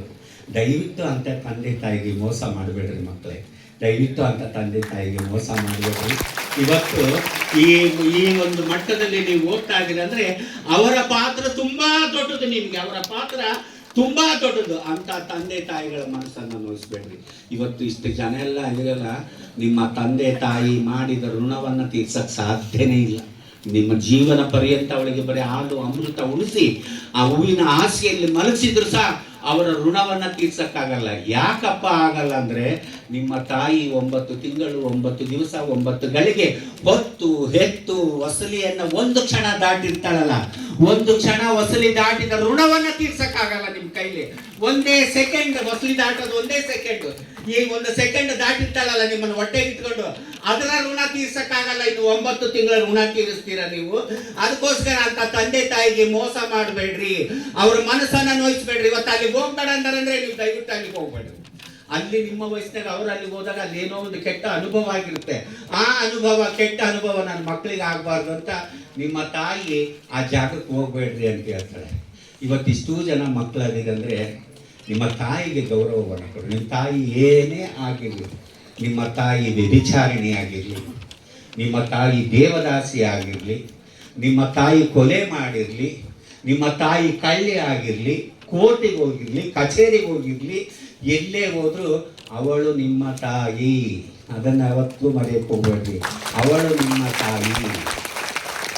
ಆಕೆ ಏನು ಬೇಡ್ತಾಳೆ, ಯಾವುದೇ ದೇವ್ರ ಹತ್ರ ಹೋಗ್ಲಿ ತಾಯಿ, ಹೆಣ್ಣು ಬೇಡೋದೇನಪ್ಪ ಅಂದ್ರೆ ನನ್ನ ಗಂಡನಿಗೆ ಒಳ್ಳೆಯ ಕೆಲಸವನ್ನ ಕೊಡು, ನನ್ನ ಗಂಡಗೆ ಒಳ್ಳೆಯ ದುಡಿಮೆಯನ್ನ ಕೊಡು, ನನ್ನ ಮಕ್ಕಳಿಗೆ ವಿದ್ಯಾಭ್ಯಾಸ ಹತ್ತಲಿ, ನನ್ನ ಮಕ್ಕಳಿಗೆ ನೌಕರಿ ಸಿಗಲಿ, ನನ್ನ ಮಗನಿಗೆ ಒಳ್ಳೆ ಸೊಸೆ ಬರಲಿ, ನನ್ನ ಮಗನಿಗೆ ಒಳ್ಳೆ ಸೊಸೆ ಬರಲಿ, ಮಗಳಿಗೆ ಒಳ್ಳೆ ಅಳಿಯ ಬರಲಿ ಅಂತ ಒಬ್ಬ ಹೆಣ್ಣು ಕೇಳ್ಕೊಂತಾರೆ. ಇಲ್ಲಿಷ್ಟು ಜನ ಹೆಣ್ಮಕ್ಳು ಇದ್ದೀರಿ, ನಾನು ಕೇಳ್ತೀನಿ, ನೀವೆಂದಾದ್ರೂ ನನ್ನ ಗಂಡ ನೆಕ್ಲೆಸ್ ಮಾಡಿಸ್ಲಿ ಅಂತ ದೇವ್ರನ್ನ ಬೇಡ್ಕೊಂಡಿರ? ನನ್ನ ಗಂಡ ರೇಷ್ಮೆ ಸೀರೆ ತಂದುಕೊಡ್ರಿ ಅಂತ ಬೇಡ್ಕೊಂಡಿರ? ಯಾರು ಅದನ್ನ ಬೇಡ್ಕೊಳ್ಳೋದೇ ಇಲ್ಲ. ಅದೇ ರೀ ಭೂಮಿ ತೂಕದ ಹೆಣ್ಣು ಅನ್ನೋದು ಅದಕ್ಕೆ ಭೂಮಿ ತೂಕದ ಹೆಣ್ಣು ಅನ್ನೋದು. ಎಲ್ಲದು ಗಂಡ ಮಕ್ಕಳಿಗೋಸ್ಕರ ಕೇಳ್ತಾಳಲ್ಲ, ಅದಕ್ಕೆ ಭೂಮಿಗೆ ಹೋಲ್ಸಿರೋದು. ತಾಯಿಯನ್ನ ಭೂಮಿ ತೂಕದ ಹೆಣ್ಣು ಅಂತ ಅದಕ್ಕೋಸ್ಕರನೇ ಭೂಮಿಗೆ ಹೋಲ್ಸಿರೋದು ನಮ್ಮ ಅವಾಗಿನ ಶರಣರು. ಅಂತ ತಂದೆ ತಾಯಿಗೆ ಮೋಸ ಮಾಡ್ತೀರಿ. ನಾನು ಇನ್ಸ್ಟಾಗ್ರಾಮ್ ಅಲ್ಲಿ ಗೂಗಲ್ ಅಲ್ಲಿ ಎಲ್ಲ ನೋಡ್ತಾ ಇರ್ತೀನಿ, ಕಾಲಾಗಿರೋ ತಗೊಂಡು ತಾಯಿ ಹೊಳಿತಿರ್ತಾರೆ, ತಂದೆನ ಅನಾಥಾಶ್ರಮಕ್ಕೆ ಬಿಡ್ತಿರ್ತಾರೆ, ಅವ್ರಿಗೆ ಕೆಟ್ಟ ಹಾಕೊಳಕ ಬೈತಿರ್ತಾಳೆ. ಯಾಕೆ ಬೈತೀರಾ? ಆಕೆ ಏನೇ ತಪ್ಪು ಮಾಡಿದ್ರೆ ನಿಮಗೋಸ್ಕರನೇ ಮಾಡಿರ್ತಾರೆ. ಆಕೆ ಏನೇ ಕೆಟ್ಟ ಕೆಲಸ ಮಾಡಿದ್ರು ನಿಮಗೋಸ್ಕರನೇ ಮಾಡಿರ್ತಾರೆ. ಇನ್ಯಾವುದಕ್ಕೂ ಮಾಡಿರಿ. ಅಂತ ತಂದೆ ತಾಯಿಗೆ ಮೋಸ ಮಾಡಬೇಡ್ರಿ, ಮಕ್ಕಳೇ ಮೋಸ ಮಾಡಬೇಡ್ರಿ. ಆಮೇಲೆ ನನ್ನ 2 ಕನ್ನಡ ಪುಸ್ತಕ, ಅವ್ರು ಒಂದೇ ಕನ್ನಡ ಪುಸ್ತಕ ಹೇಳಿದ್ರು, ಮರ್ತಿದ್ದಾರೆ ಅವರು ಇನ್ನೊಂದು ಕನ್ನಡ ಪುಸ್ತಕ. ಮಂಜಮ್ಮ ಜೋಗತಿ ಅನ್ನೋದು ಒಂದು ಕನ್ನಡ ಪುಸ್ತಕ, ನಡುವೆ ಸುಳಿವ ಹೆಣ್ಣು ಅನ್ನೋದು ಒಂದು ಕನ್ನಡ ಪುಸ್ತಕ. ಇವೆರಡೂ ಕನ್ನಡ ಪುಸ್ತಕ ಕರ್ನಾಟಕದ 16 ವಿಶ್ವವಿದ್ಯಾಲಯದಲ್ಲಿ ಪಠ್ಯ ಆಗಿದೆ. ಡಿಗ್ರಿ ಮಕ್ಕಳಿಗೆ 16 ವಿಶ್ವವಿದ್ಯಾಲಯದಲ್ಲಿ ಪಠ್ಯ ಆಗಿದೆ. ಜೋಗಿನಿ ಮಂಜಮ್ಮ ಅಂತ ಒಂದು ತೆಲುಗು ಪುಸ್ತಕನೂ ಆಗಿದೆ, ಮಂಜಮ್ಮ ಜೋಗತಿ ಅನುವಾದ ಆಗಿದೆ. ಇನ್ನು ಒಂದು ಫ್ರಮ್ ಮಂಜುನಾಥ ಟು ಮಂಜಮ್ಮ ಅನ್ನೋದೊಂದು ಇಂಗ್ಲಿಷ್ ಬುಕ್ ಇದೆ. ಇಲ್ಲಿ ಇಂಗ್ಲಿಷ್ ಪ್ರಿನ್ಸಿಪಾಲ್ ಕೂತಿದ್ರು. ಇಲ್ಲಿ ನಿಮ್ಮ ಮಕ್ಕಳಿಗೆ ನನ್ನ ಹತ್ರ ಪುಸ್ತಕಗಳಿದೆ. ಫ್ರಮ್ ಮಂಜುನಾಥ ಟು ಮಂಜಮ್ಮ ಅನ್ನೋ ಪುಸ್ತಕಗಳು ಗಾಡಿಯಲ್ಲಿದೆ. ಅದು 400 ರೂಪಾಯಿಗೊಂದು. ನಿಮ್ಮ ಮಕ್ಕಳಿಗೆ ತಗೊಂಡು ಲೈಬ್ರರಿಯಲ್ಲಿ ಇಡ್ರಿ ಅಂತ ಸರ್ಗೂ ನಾನು ಕೇಳ್ಕೊಳ್ತಾ ಇದ್ದೀನಿ. ಒಂದು 20 ಎಷ್ಟೋ ನಿಮ್ಗೆ ಎಷ್ಟು ಬೇಕು ಅಷ್ಟು ಪುಸ್ತಕಗಳನ್ನು ತಗೊಂಡಿಟ್ರೆ ಮಕ್ಕಳಿಗೆ ಜೆಂಡರ್ ಬಗ್ಗೆ ಅನುಭವ ಆಗುತ್ತೆ ಅಂತೆ. ಆಮೇಲೆ ಇನ್ನೊಂದು ಇಂಗ್ಲಿಷ್ ಬುಕ್ಕ ಬರ್ತಾ ಇದೆ, ಡ್ಯಾನ್ಸ್ ಲೈಕ್ ಎ ಟ್ರಾನ್ಸ್ ಅಂತ. ಈಗ ಇನ್ನೊಂದು ಬರ್ತಾ ಇದೆ, ಟ್ರಾನ್ಸ್ ಲೈಕ್ ಡ್ಯಾನ್ಸ್. ಅದೇನೋ ನನಗೆ ಅನ್ನಕ್ಕೆ ಬರೋದಿಲ್ಲ. ಆ ಥರದ್ದು ಒಂದು ಪುಸ್ತಕ ಈಗ ಮತ್ತೆ ಬರ್ತಾ ಇದೆ, ಇಂಗ್ಲಿಷ್ ಪುಸ್ತಕ ನಂದು. ಆ ಪುಸ್ತಕಗಳಲ್ಲಿ ಒಂದು ಅಧ್ಯಾಯ ಇದೆ, ಗುರುವಿಗೆ ಕಪಾಳ ಮೋಕ್ಷ ಅಂತ.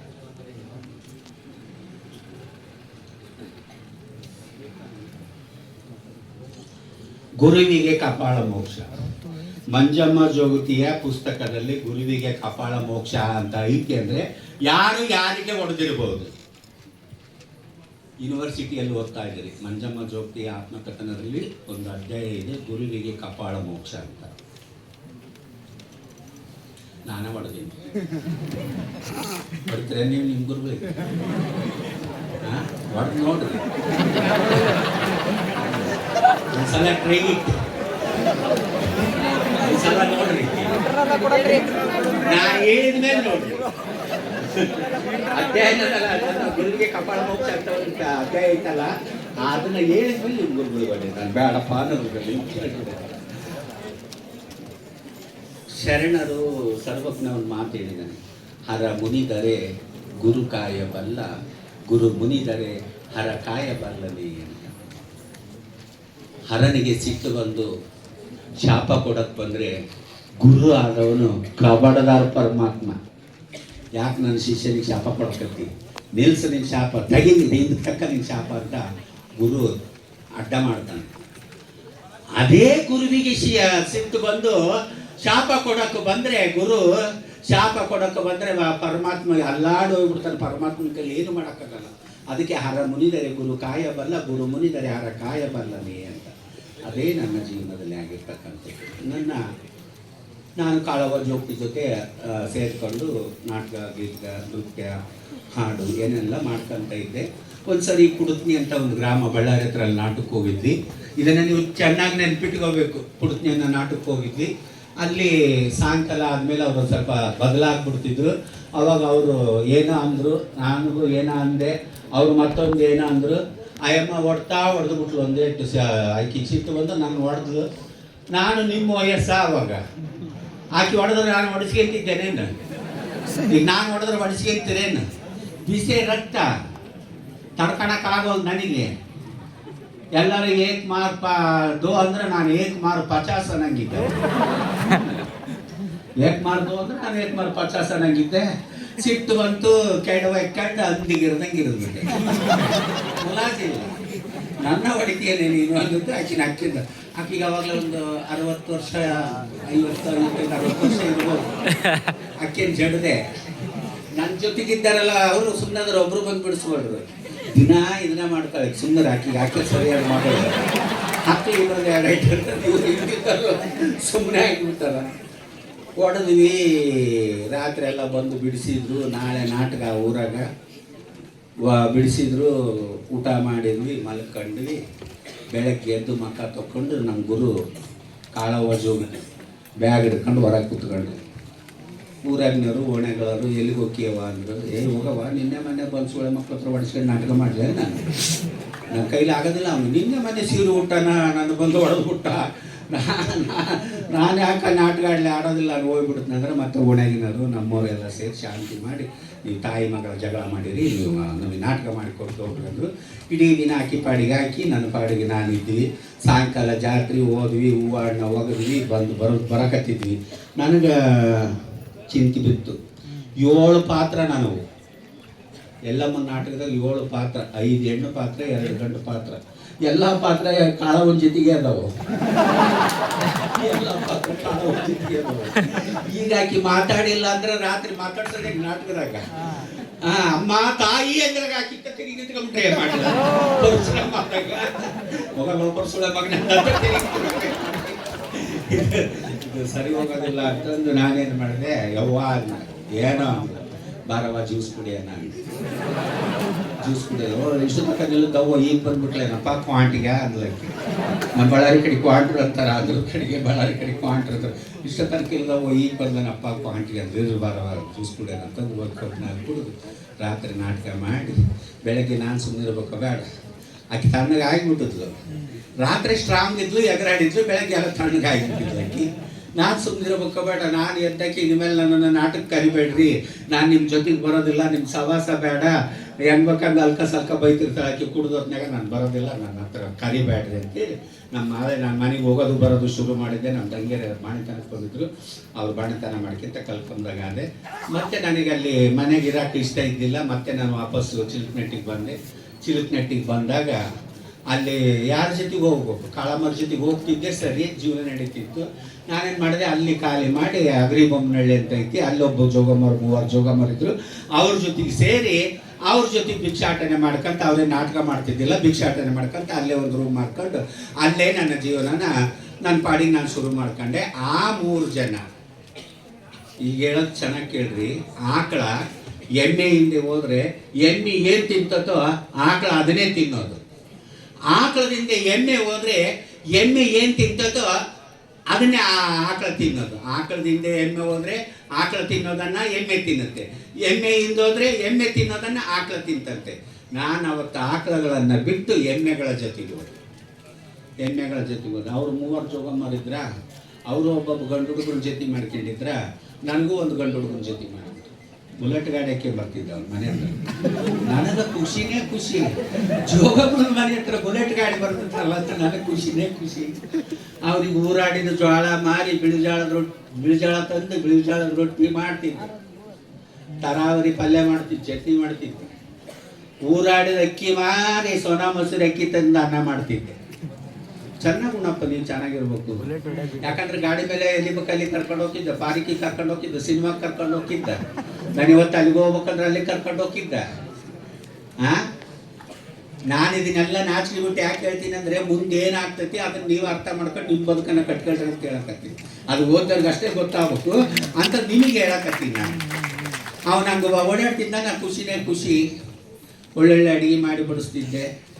ಸಾಯಂಕಾಲ ಬಾಡಿಗೆ ಎಣ್ಣೆ ಹಾಕಿಸ್ತಿದ್ದೆ, ಬೆಳಗ್ಗೆ ಗಾಡಿಗೆ ಎಣ್ಣೆ ಹಾಕಿಸ್ತಿದ್ದೆ. ಸಾಯಂಕಾಲ ಬಾಡಿಗೆ ಎಣ್ಣೆ, ಬೆಳಗ್ಗೆ ಗಾಡಿಗೆ ಎಣ್ಣೆ, ಒಳ್ಳೊಳ್ಳೆ ಊಟ. ಇನ್ನೆಲ್ಲಿ ಗಾಡಿಗೆ ಬಾಡಿಗೆ ಎಣ್ಣೆ ಹಾಕ್ಸಿದ್ರು ಮಂಜಮ್ಮ ಇನ್ನೆಲ್ಲಿ ಉದ್ದಾರ ಹೋಗಕ್ಕೆ ಅವು ಬರೋದು 7-8 ರೂಪಾಯಿ ರೊಕ್ಕ ದಿನಕ್ಕೆ ತೂರಾಡಿಲ್ಲ. ಮೈ ಮ್ಯಾಗ ಬಟ್ಟೆ ಇಲ್ದಂಗೆ 8 ತಿಂಗಳದ್ದು ಮನೆ ಬಾಡಿಗೆ ಕಟ್ಟಲಿಲ್ಲ, 6 ತಿಂಗಳದ್ದು ರೇಷನ್ ಕಟ್ಟಿಲ್ಲ, ಮನೆ ಖಾಲಿ ಮಾಡಿ ಅವ್ರು ಅಂತಾರೆ. ಜೋಗಮ್ಮ ರೇಷನ್ ದುಡ್ಡು ಕೊಟ್ಟಿಲ್ಲ ಅಂತ ಅವ್ರು ಅಂತಾರೆ. ಬುಲೆಟ್ ಗಾಡಿ ಮನೆಗೆ ಬರೋದು ನಿಂತೋಗೈತಿ, ಎಲ್ಲಿಂದ ತಂದು ಕಟ್ಟಲಿಲ್ಲ. ಆಮೇಲೆ ಒಂದು ದಿವಸ ಇವರು ಮೊದಲೇ ಹೋಗ್ಬಿಟ್ರು. ನಾನು ಸ್ನಾನ ಮಾಡಿ ಪೂಜೆ ಮಾಡಿ ಹೋಗೋದ್ರಾಗ ಲೇಟ್ ಆಯ್ತು. ತಂಬ್ರಳ್ಳಿ ಅಂತ ಅಗ್ರಿಬೊಮ್ಮನಹಳ್ಳಿ ಹತ್ರ ಅಲ್ಲಿಗೆ ಹೋದೆ. ಅವರು ಬಿಟ್ಟು ಹೋದ್ರು. ನಮ್ಮ ಗುರುಗಳ ಟೀಮ್ ಬಂದಿತ್ತು, ಅವರು ಬಿಟ್ಟು ಹೋದ್ರು. ಸಂಜೆವರೆಗೆ ಕೂತ್ಕೊಂಡೆ ನನ್ನ ಯಾರು ಮಾತಾಡ್ಸೋರು ಗೊತ್ತಿದ್ದಿಲ್ಲ. ಸಂಜೆವರೆಗೆ ಕೂತ್ಕೊಂಡೆ ನನ್ನನ್ನು ಯಾರು ಮಾತಾಡ್ಸೋರು ದಿಕ್ಕಿದ್ದಿಲ್ಲ. 1 ರೂಪಾಯಿ ಅಗ್ರಿಬೊಮ್ಮನಹಳ್ಳಿ ಹೊರಗೆ ಚಾರ್ಜು, 1 ರೂಪಾಯಿ ಇಲ್ಲ. ಹೋಗಿ ತಿನ್ನಕ್ಕೆ ಬಸ್ ಸ್ಟ್ಯಾಂಡ್ನಾಗ ಹೋಟ್ಲ್ ಐತಿ, ದುಡ್ಡಿಲ್ಲ. ಯಾರನ್ನು ಕೇಳಬೇಕು? ಯಾವತ್ತೂ ನಾನು ಕೈ ಹೊಡೆದು ಬೇಡಿದ ಅಭ್ಯಾಸನೇ ಇಲ್ಲ, ಕೈ ಹೊಡೆಯಕ್ಕೆ ಬರೋದು ಇಲ್ಲ.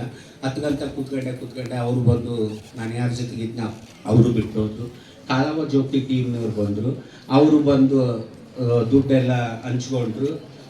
ಆಮೇಲೆ ಹಾಕಿ ನಮ್ಮ ಜೊತೆಗೆ ಹೋಗ್ಬೇಕು ಜೋಗಮ್ಮಿದ್ದು ಹಾಕಿ ಗುರುವಿಗೆ ನಮ್ಮ ಕಾಳಮ್ಮಗೆ ಹೇಳಿದಂತೆ, ಶೆಟ್ರು ಹುಡುಗ ಜೋಗಮ್ಮ ಆಗಿ ನಮ್ಮ ಜೊತೆಗೆ ಬಂದೈತವ ಪಾಪ, ಅಲ್ಲೋಡು ಅರ್ಕ ಬರ್ಕ ಬಟ್ಟೆ ಉಟ್ಕೊಂಡು ಹೆಂಗೆ ಕುಂತೈತಿ ಅಂದರೆ ಇನ್ನೂ ಅನುಭವ ಆಗಬೇಕು, ಇರಲಿ ಕಷ್ಟ ಅನುಭವಿಸ್ಲಿ ಅಂತಂದು ನಾನು ಕರ್ಕೊಳ್ಳೋದಿಲ್ಲ ಅಂತಂದು ಆಕಿನ ಬೈದು ಬಿಟ್ಲಂತೆ.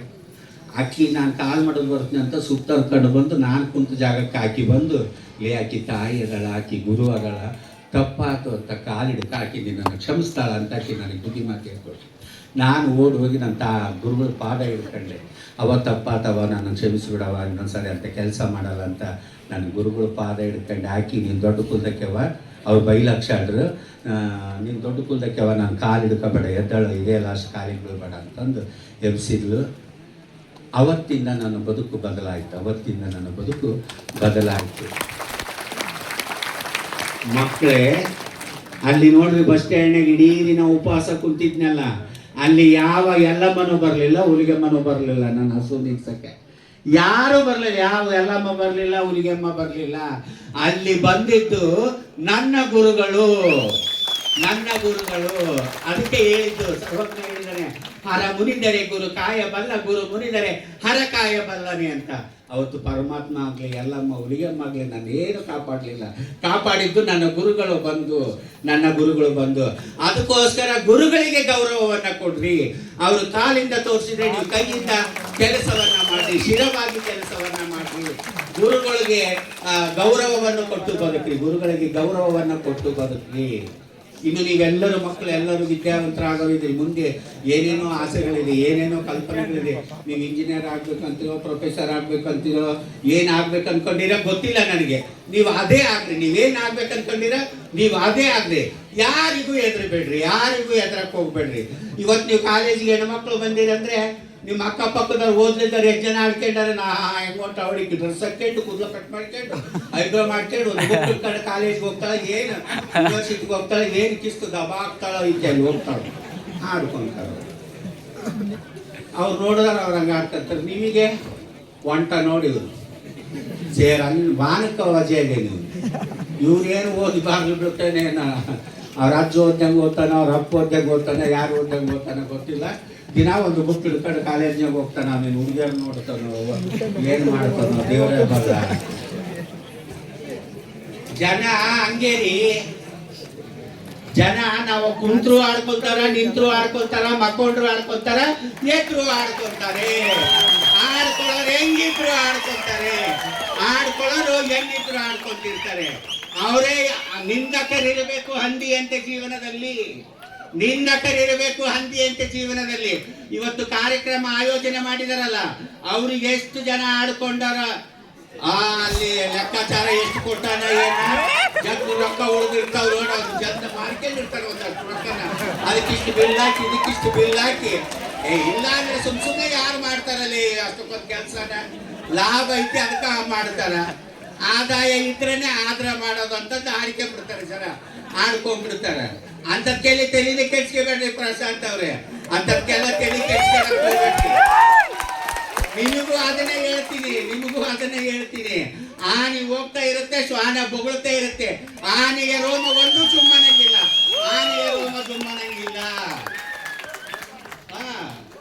ಯಾರು ಮುಚ್ಚಕ್ ಸಾಧ್ಯ ಐತ್ರಿ? ಯಾರಿಗೆ ಮುಚ್ಚಕ್ ಸಾಧ್ಯ ಐತಿ? ಯಾರ ಕೈಲಿ ಮುಚ್ಚಕ್ ಆಗಲ್ಲ. ಇಲ್ಲಿ ಯೂನಿವರ್ಸಿಟಿ ಮುಂದೆ ಒಂದು 4-5 ಜನ ಕುಂತಿರ್ತಾರ, ಏನೋ ನೋಡ್ಕೊಂತ ಓದ್ಕೊಂತ ಬರ್ಕಂತ ಕುಂತಿರ್ತಾರ.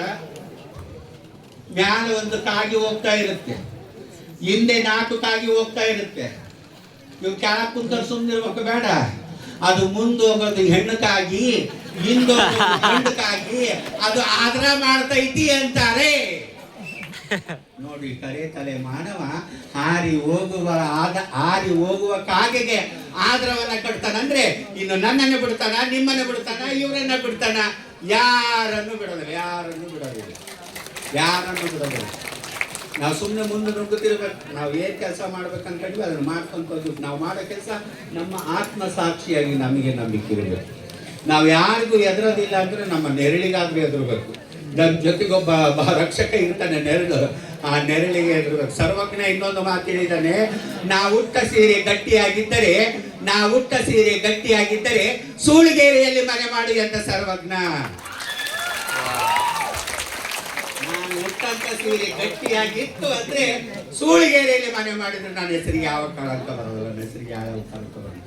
ಅದರಂತೆ ಬದುಕಿ ನಿಮ್ಮ ಬದುಕನ್ನ ಕಟ್ಕೊಳ್ರಿ, ನಿಮ್ಮ ಬದುಕನ್ನ ನೀವು ಕಟ್ಕೊಳ್ರಿ ಅಂತ ಹೇಳೋದಕ್ಕೆ ಇಷ್ಟ ಆಗುತ್ತೆ. ಈಗ ನಾವು ಒಂದು ಶಿವಲೀಲಾ ಅಂತ ಸಿನಿಮಾ ಮಾಡಿದ್ವಿ ಪ್ರಶಾಂತ್ ಅವರು. ಇಡೀ ಕರ್ನಾಟಕದಲ್ಲೇ ಮೊಟ್ಟ ಮೊದಲ ಬಾರಿಗೆ ಸಿನಿಮಾ ಇತಿಹಾಸದಲ್ಲೇ 250ರಿಂದ 300 ಜನ ತೃತೀಯ ಲಿಂಗಿಗಳು ಅದರಲ್ಲಿ ಭಾಗವಹಿಸಿದ್ದಾರೆ. ಇದಕ್ಕೂ ಮುಂಚೆ ಗಂಡಸರಿಗೆ ಸೀರೆ ಉಡಿಸಿರೋದುಂಟು. ನಾನು ಅವನಲ್ಲ ಅವಳು ಅದರಲ್ಲಿ 1-2-3 ಒರಿಜಿನಲ್ ಹುಡುಗರೆಲ್ಲ ಗಂಡಸರೇ. ಕಲ್ಪನಾ ಸಿನಿಮಾದಲ್ಲೂ ಸಹ ಒಬ್ಬರು ಡಾಕ್ಟರ್ ಅವರು ತೃತೀಯ ಲಿಂಗಿ, ಉಳಿದವರೆಲ್ಲರೂ ಗಂಡಸರೇ. ಆ ಥರ ಸಿನಿಮಾಗಳನ್ನು ಮಾಡಿದ್ದಾರೆ. ಇವತ್ತು ನಾವು ಮಾಡಿರೋ ಶಿವಲೀಲಾ ಸಿನಿಮಾ 250ರಿಂದ 300 ಜನ ತೃತೀಯ ಲಿಂಗಿಗಳು. ಜೆಂಡರ್ ಬಗ್ಗೆ ಸಬ್ಜೆಕ್ಟ್ ಇರೋದ್ರಿಂದ ಕಾಲೇಜಿನ ವತಿಯಿಂದ ನಿಮ್ಮ ಮಕ್ಕಳಿಗೆ ಆ ಸಿನಿಮಾವನ್ನು ತೋರಿಸ್ಬೇಕು. ಜೆಂಡರ್ ಅನುಭವ ಆಗಬೇಕಂದ್ರೆ ಸುಮಾರು 4 ವರ್ಷ ಅಶೋಕ್ ಜೈರಾಮ್ ಅವರು ಆ ಸಿನಿಮಾವನ್ನು ಕಥೆಯನ್ನು ಬರೆದು ನಿರ್ದೇಶನವನ್ನು ಮಾಡಿ ಹಣವನ್ನು ಹಾಕಿ 4 ವರ್ಷ ಕಷ್ಟಪಟ್ಟು ಸಿನಿಮಾವನ್ನು ಮಾಡಿ ಮೊನ್ನೆ ಜನವರಿ 1ಕ್ಕೆ ರಿಲೀಸ್ ಮಾಡಿದ್ವಿ. ನಾವು ರಿಲೀಸ್ ಮಾಡಿದರೆ ನಮಗೆ ಥಿಯೇಟ್ರ್ ಕೊಡಲಿಲ್ಲ. ನಿಮ್ಮಂಥ ತೃತೀಯಲಿಂಗಿಗಳ ಸಿನಿಮಾ ಯಾರು ನೋಡ್ತಾರೆ? ಹೊಸ ಸಿನಿಮಾ ಬಂದವು, ನಿಮಗೆ ಥಿಯೇಟ್ರ್ ಇಲ್ಲ ಅಂತ ನಮಗೆ ಥಿಯೇಟ್ರಿಗೆ ಕೊಡಲಿಲ್ಲ.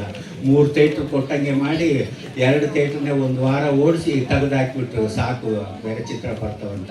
ಇನ್ನೂ ಒಂದು ಭೂಮಿಕಾ ಅನ್ನೋದ್ರಲ್ಲಿ 2 ವಾರ ಓಡಿಸಿದ್ರು, ಅವರು ತೆಲುಗು ಬರುತ್ತೆ ಅಂತ ತೆಗೆದಾಕ್ಬಿಟ್ರು. ಆಮೇಲೆ ಸ್ವಪ್ನದಲ್ಲಿ ಇವಾಗ 2 ಶೋ ನಡೀತಾ ಇದೆ, ಬೆಳಗ್ಗೆ ಮತ್ತು ಮಧ್ಯಾಹ್ನ 2 ಶೋ ನಡೀತಾ ಇದೆ. ನಾಳೆ ಫೆಬ್ರವರಿ 6ನೇ ತಾರೀಕು ಇಡೀ ಕರ್ನಾಟಕದಾದ್ಯಂತ 100 ಚಿತ್ರಮಂದಿರಗಳಲ್ಲಿ ಶಿವಲೀಲಾ ಸಿನಿಮಾ ಬರುತ್ತೆ. ನಾನು ಅದರಲ್ಲಿ ಪ್ರಮುಖ ಪಾತ್ರವನ್ನು ಮಾಡಿದ್ದೀನಿ. ಅದರಲ್ಲಿ ಎಲ್ಲರ ಬೆವರಿನ ಹನಿಗಳು ಆ ಸಿನಿಮಾದಲ್ಲಿದೆ. ಅವ್ರು ಕಡಿಮೆ, ಇವ್ರು ಕಡಿಮೆ, ಅವ್ರು ಹೆಚ್ಚು, ಇವ್ರು ಹೆಚ್ಚು ಅಂತ ಏನು ಹೇಳಂಗಿಲ್ಲ. ಎಲ್ಲರ ಬೆವರಿನ ಹನಿ ಅದರಲ್ಲಿದೆ. ದಯವಿಟ್ಟು ನೀವು ಮಕ್ಕಳೆಲ್ಲರೂ ಪ್ರೋತ್ಸಾಹ ಕೊಡಬೇಕು. ನೀವು ಮಕ್ಕಳು ಮನಸ್ಸು ಮಾಡಿದರೆ ಈ ಯೂನಿವರ್ಸಿಟಿನೇ ಈಗ ಉಲ್ಟಾ ಹಾಕಿಬಿಡ್ಬೋದು. ಅಂತ ಶಕ್ತಿ ಯುವಜನರ ಹತ್ರ ಇದೆ. ಇನ್ನು ಒಂದು ಸಿನಿಮಾ ಗೆಲ್ಸಕ್ಕಾಗಲ್ಲ ನಿಮ್ಮ ಕೈಲಿ.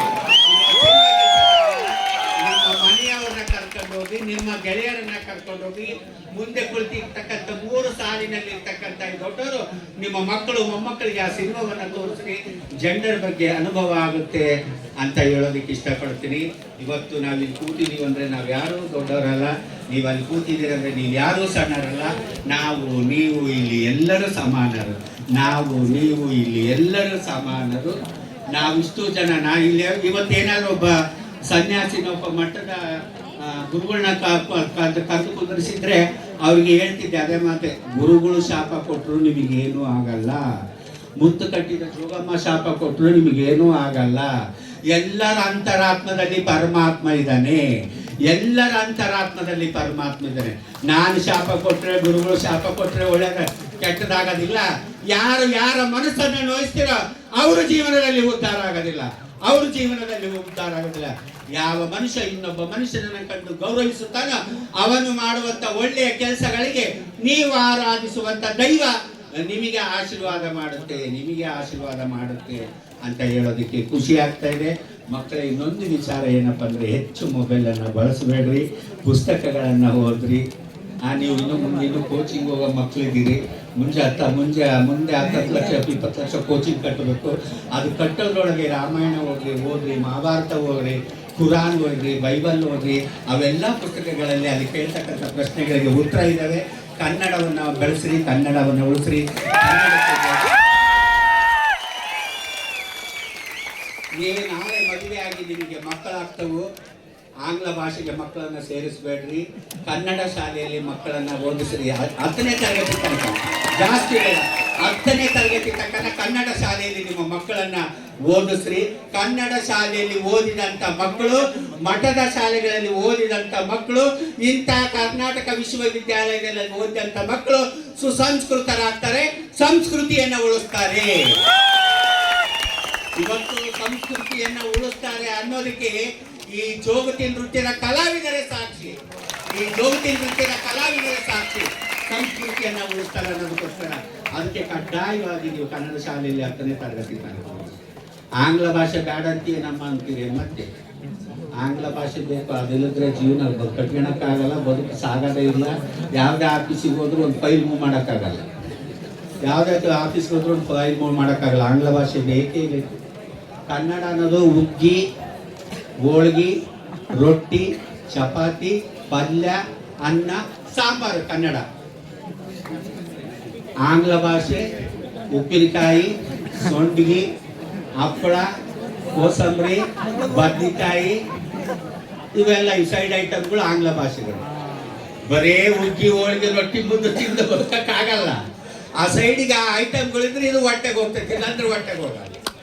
ಬರೀ ಇದನ್ನು ಬಿಟ್ಟು ಅದನ್ನು ತಿಂತೀವಿ ಅಂದ್ರೆ ಹೊಟ್ಟೆ ತುಂಬಂಗಿಲ್ಲ. ಅದಕ್ಕೋಸ್ಕರ ಇದನ್ನ ಉಳಿಸ್ತಾ ಅದನ್ನ ಬೆಳೆಸೋಣ, ಅದನ್ನ ಬೆಳೆಸ್ತಾ ಇದನ್ನ ಉಳಿಸೋಣ ಮಕ್ಕಳೇ, ಇದನ್ನ ಉಳಿಸೋಣ ಅಂತ ಹೇಳ್ತಾ, ಇವತ್ತು ಯಾರು ಸಣ್ಣವರಲ್ಲ, ಯಾರು ದೊಡ್ಡವರಲ್ಲ ಅಂತ ಹೇಳಿದ್ರೆ, ಇದು ಸ್ವತಂತ್ರ ಭಾರತ. ನಾನು ನನ್ನ ಇಷ್ಟದಂತೆ, ನೀವು ನಿಮ್ಮ ಇಷ್ಟದಂತೆ ಬದುಕುವ ಹಕ್ಕು ಎಲ್ಲರಿಗೂ ಇದೆ, ಎಲ್ಲರಿಗೂ ಇದೆ. ಹೆಣ್ಣು ಗಂಡಾಗೋದು ಸಹಜ, ಗಂಡು ಹೆಣ್ಣಾಗೋದು ಸಹಜ. ಇದು ಪ್ರಕೃತಿಯ ನಿಯಮ. ಯಾರ ಕೈಲಿ ತಪ್ಸಕ್ಕಾಗಲ್ಲ, ಯಾರ ಕೈಲಿ ತಪ್ಸಕ್ಕಾಗಲ್ಲ, ಯಾರ ಕೈಲಿ ತಪ್ಸಕ್ಕಾಗಲ್ಲ. ಅದಕ್ಕೋಸ್ಕರ ನನ್ನಂಥ ಮಗು ನಿಮ್ಮ ಗರ್ಭದಲ್ಲಿ ಮುಂದೇನಾದರೂ ಹುಟ್ಟಿದರೆ, ಹುಟ್ಟಬಾರದು. ಯಾಕೆ ಹುಟ್ಟಬಾರ್ದು ಅಂದರೆ, ನಾನು ಅಷ್ಟು ಕಷ್ಟ ನೋವುಗಳನ್ನು ಅನುಭವಿಸಿದ್ದೇನೆ. ನಾನು ಅನುಭವಿಸಿದಂಥ ಕಷ್ಟಗಳು ಮುಂದೆ ಬರೋರು ಅನುಭವಿಸಬಾರ್ದು ಅಂತ ನಾನು ಬೇಡ್ಕೊತೀನಿ. ಎಲ್ಲೋದ್ರೂ ದಯವಿಟ್ಟು ಅಂಥ ಮಕ್ಕಳು ಹುಟ್ಟಿದ್ದೇ ನಿಜವಾದರೆ, ಅಂಥ ಮಕ್ಕಳು ಯೂನಿವರ್ಸಿಟಿಯಲ್ಲಿ ಇದ್ದಿದ್ದೇ ನಿಜವಾದರೆ, ದಯವಿಟ್ಟು ಅಂಥವ್ರಿಗೆ ಗೇಲಿ ಮಾಡಬೇಡ್ರಿ, ಅಸಹ್ಯ ಮಾಡಬೇಡ್ರಿ. ಅಂಥ ಮಕ್ಕಳು ಏನಾದ್ರು ನಿಮ್ಮ ಗರ್ಭದಲ್ಲಿ ಹುಟ್ಟಿದ್ರೆ ಆ ಮಕ್ಕಳನ್ನು ಹೊರಗೆ ಹಾಕಬೇಡ್ರಿ. ಆ ಮಕ್ಕಳಿಗೆ ಹಣ ಮಾಡಬೇಡ್ರಿ, ಅಂತಸ್ತು ಮಾಡಬೇಡ್ರಿ, ಐಶ್ವರ್ಯ ಮಾಡಬೇಡ್ರಿ, ದೊಡ್ಡ ದೊಡ್ಡ ಬಿಲ್ಡಿಂಗ್ ಕಟ್ಟಬೇಡ್ರಿ. ಆ ಮಕ್ಕಳಿಗೆ ವಿದ್ಯಾಭ್ಯಾಸವನ್ನು ಕೊಡಿಸ್ರಿ ಸಾಕು. ಆ ಮಕ್ಕಳಿಗೆ ವಿದ್ಯಾಭ್ಯಾಸವನ್ನು ಕೊಡಿಸ್ರಿ. ಆ ಮಕ್ಕಳಿಗೆ ವಿದ್ಯಾಭ್ಯಾಸವನ್ನು ಕೊಡಿಸಿದ್ರೆ, ಇವತ್ತು ಸರ್ಕಾರ 1% ಮೀಸಲಾತಿಯನ್ನು ಕೊಟ್ಟಿದೆ ತೃತೀಯ ಲಿಂಗಿಗಳಿಗೆ. 1% ಮೀಸಲಾತಿ ಬೇರೆ ಸ್ಟೇಟಿಗೆ ಬೇಕಾಗಿದೆ. ನಮ್ಮ ಕರ್ನಾಟಕದಲ್ಲಿ 1% ಮೀಸಲಾತಿ ಕೊಟ್ಟಿದೆ. ನಮ್ಮ ಕರ್ನಾಟಕದಲ್ಲಿ 4 ಜನ ಟೀಚರ್ ಆಗಿದ್ದಾರೆ, 4 ಜನ ಪೊಲೀಸರಾಗಿದ್ದಾರೆ, ಗುಲ್ಬರ್ಗದಲ್ಲಿ ಒಬ್ಬರು PDO ಆಗಿದ್ದಾರೆ, ಕೊಪ್ಪಳ ವಿಶ್ವವಿದ್ಯಾಲಯದಲ್ಲಿ PhD ಮಾಡ್ತಾ ಇದ್ದಾರೆ, ಬಳ್ಳಾರಿ ಯೂನಿವರ್ಸಿಟಿಯಲ್ಲಿ MA ಮಾಡಿ ಅಲ್ಲೇ ಗೆಸ್ಟ್ ಲೆಕ್ಚರ್ ಆಗಿ ಕೆಲಸ ಮಾಡ್ತಾ ಇದ್ದಾರೆ. ನಿಮ್ಮ ಮಕ್ಕಳು ಏನಾದರೂ ಓದಿ, ಅದು ಹೆಣ್ಣಾಗಿರಲಿ ಗಂಡಾಗಿರಲಿ ತೃತೀಯ ಲಿಂಗ ಆಗಿರಲಿ, ಆ ಮಗುವನ್ನು ಹೊರಗೆ ಹಾಕಲಿಕ್ಕೆ ನೀವು ಮನೆಗೆ ಇಟ್ಟುಕೊಂಡ್ರೆ ಆ ಮಗು ತನ್ನ ಕಾಲ ಮೇಲೆ ತಾನು ನಿಂತುಕೊಂಡು ನಿಮ್ಮ ಕೀರ್ತಿಯನ್ನು ಉನ್ನತ ಮಟ್ಟಕ್ಕೆ ಒಯ್ತಾರೆ ಅಂತ ಮಕ್ಕಳನ್ನ ಹೊರಗೆ ಹಾಕಬೇಕು. ನೀವೇನಾದರೂ ಆ ಮಗುನ ಹೊರಗೆ ಹಾಕಿದ್ರೆ ಮತ್ತೆ ನನ್ನಂಥವ್ರ ಹತ್ರನೇ ಬರಬೇಕು, ದೊಡ್ಡವ್ರ ಹತ್ರ ಬರಬೇಕು. ಮನೆಗೆ ಯಾರು ಸೇರಿಲ್ಲ, ಸಮಾಜ ಸೇರಿಲ್ಲ, ಬಂಧು ಬಳಗ ಸೇರಿಲ್ಲ ಅಂದರೆ ಅವೆಲ್ಲ ಹೋಗ್ಬೇಕು, ನನ್ನಂತರ ಬರಬೇಕು. ನಾನು ಅವಾಗ 5 ರಿಂದ 10 ಲಕ್ಷ ಖರ್ಚು ಮಾಡಿ ಲಿಂಗ ಪರಿವರ್ತನೆ ಮಾಡಿ ಒಂದು ಹೆಣ್ಣಿನ ಆಕಾರಕ್ಕೆ ತರ್ತೀನಿ. ಅವರಿಗೆ ಭಿಕ್ಷಾಟನೆ ಕಳಿಸೋದಕ್ಕೆ ಶುರು ಮಾಡಿದಾಗ, ನಿನ್ನ ತಲೆ ಮೇಲೆ 50 ಲಕ್ಷ ಸಾಲ ಇದೆ ಅಂತ ಹೇಳ್ತೀನಿ. 50 ಲಕ್ಷ ಸಾಲ ಇದೆ, ಅದನ್ನು ತೀರಿಸಬೇಕು ಅಂತ ಹೇಳ್ತೀನಿ. ಆವಾಗ ನೀನು ದಿನ 5,000 ತಂದು ಕೊಡಬೇಕು, 10,000 ತಂದು ಕೊಡ್ಬೇಕಂತ ನಾನು ಟಾರ್ಚರ್ ಕೊಡ್ತೀನಿ. ಮನೆ ಖರ್ಚಿಗೆ ಅಂತ 1,000 ಕೊಡಬೇಕು, ಮನೆ ಬಾಡಿಗೆಗೆ ಅಂತ 500 ಕೊಡಬೇಕು ನೀನು. ಮತ್ತೆ ಬರುವಾಗ ಚಿಕನ್ ತಾಂಬ, ಮಟನ್ ತಾಂಬ, ತರಕಾರಿ ತಾಂಬ, ಎಣ್ಣೆ ತಾಂಬ ಅಂತ ಈ ಥರದ ಒತ್ತಡಗಳನ್ನು ಅವ್ರ ಮೇಲೆ ಇರ್ತೀವಿ. ಏರಿದಾಗ ಅವರು ಎಲ್ಲಿ ಹೋಗಬೇಕು? ಟೋಲಲ್ಲಿ ನಿಂತ್ಕೋಬೇಕು, ಸಿಗ್ನಲಲ್ಲಿ ನಿಂದಿರಬೇಕು, ಬ್ರೇಕರಲ್ಲಿ ನಿಂದಿರಬೇಕು, ಟ್ರೈನಲ್ಲಿ ಓಡಾಡಬೇಕು. ರಾತ್ರಿ ಹೊತ್ತು ಅರೆ ಬರೆ ಬಟ್ಟೆಗಳನ್ನು ಹಾಕೊಂಡು ಹೈವೇ ರೋಡಿನಲ್ಲಿ ಸೆಕ್ಸ್ ವರ್ಕಿಗೆ ಬ್ಯಾಟ್ರಿ ಹಿಡ್ಕೊಂಡು ಗಂಡಸನ್ನ ಕರಿಬೇಕು ಸೆಕ್ಸ್ ವರ್ಕಿಗೋಸ್ಕರ. ನೋಡ್ರಿ, ನಿಮ್ಮಲ್ಲಿ ಹೊಟ್ಟೆಯಲ್ಲಿ ಹುಟ್ಟಿದಂಥ ಮಗು ಎಷ್ಟೆಲ್ಲ ಕಷ್ಟಪಡುತ್ತೆ. ನೀವು ಹೊರಗೆ ಹಾಕಿದ್ರೆ ದಯವಿಟ್ಟು ಆ ಮಕ್ಕಳನ್ನು ಹೊರಗೆ ಹಾಕ್ಬೇಡ್ರಿ, ಏನು ಮಾಡಬೇಡ್ರಿ. ಅಂತ ಮಕ್ಕಳಿಗೆ ವಿದ್ಯಾಭ್ಯಾಸವನ್ನು ಕೊಡ್ರಿ ಅಂತ ಕೈ ಮುಗಿದು ಕೇಳ್ತೀನಿ. ಅಂತ ಮಕ್ಕಳಿಗೆ ವಿದ್ಯಾಭ್ಯಾಸವನ್ನು ಕೊಡ್ರಿ. ಮಂಜಮ್ಮ ಪಟ್ಟಂತ ಕಷ್ಟವನ್ನು ಆ ಮಕ್ಕಳು ಪಡೋದು ಬೇಡ. ಇವಾಗೆಲ್ಲ ಸುಧಾರಣೆ ಆಗ್ತಾ ಇದೆ, ಎಲ್ಲರೂ ಗೌರವ. ಇವತ್ತು ನನಗೆ ಪದ್ಮಶ್ರೀ ಬಂದಿದೆ, ಇನ್ನೊಬ್ರಿಗೇನೋ ಸಿಕ್ಕಿದೆ ಅಂದರೆ ಎಲ್ಲರೂ ಜನ ಅರ್ಥ ಮಾಡ್ಕೊಳ್ತಾ ಇದ್ದಾರೆ. ಹಾಗಾಗಿ ಆ ಮಕ್ಕಳನ್ನ ಯಾರು ಹೊರಗೆ ಹಾಕ್ಬೇಡ್ರಿ, ಅವ್ರ ವಿದ್ಯಾಭ್ಯಾಸವನ್ನು ಕೊಡ್ರಿ ಅಂತ ಹೇಳೋದಕ್ಕೆ ನನಗೆ ಖುಷಿ ಆಗ್ತಾ ಇದೆ. ಆವಾಗಲೇ ಹೇಳಿದೆ, ನಿಮ್ಮೆಲ್ಲರ ಅಂತರಾತ್ಮದಲ್ಲಿರುವ ಪರಮಾತ್ಮನಿಗೆ ಅಂತ. ಹಾಗೆ ಇಲ್ಲಿ ಯಾರು ದೊಡ್ಡವರಲ್ಲ, ಯಾರು ಸಣ್ಣವರಲ್ಲ, ಎಲ್ಲರೂ ಸಮಾನರು. ಎಲ್ಲರ ಆತ್ಮದಲ್ಲಿ ಪರಮಾತ್ಮ ಇದ್ದಾನೆ. ನಿಮ್ಮೆಲ್ಲರ ಅಂತರಾತ್ಮದಲ್ಲಿರುವ ಪರಮಾತ್ಮನಿಗೆ ಕೋಟಿ ಕೋಟಿ ಶರಣು ಶರಣು ಶರಣು ಶರಣು.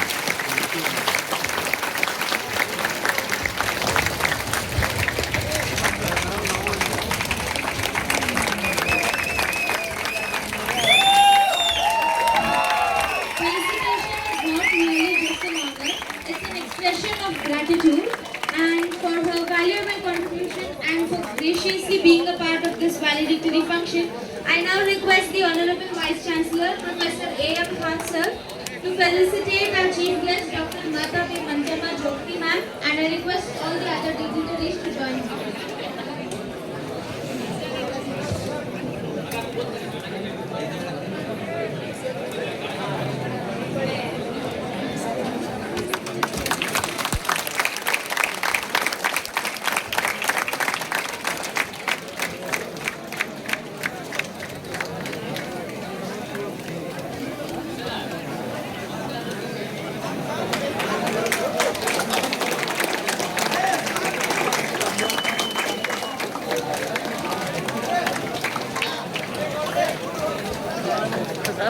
Everyone, please give a big round of applause.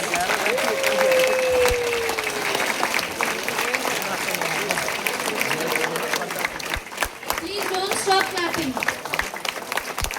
Clap louder.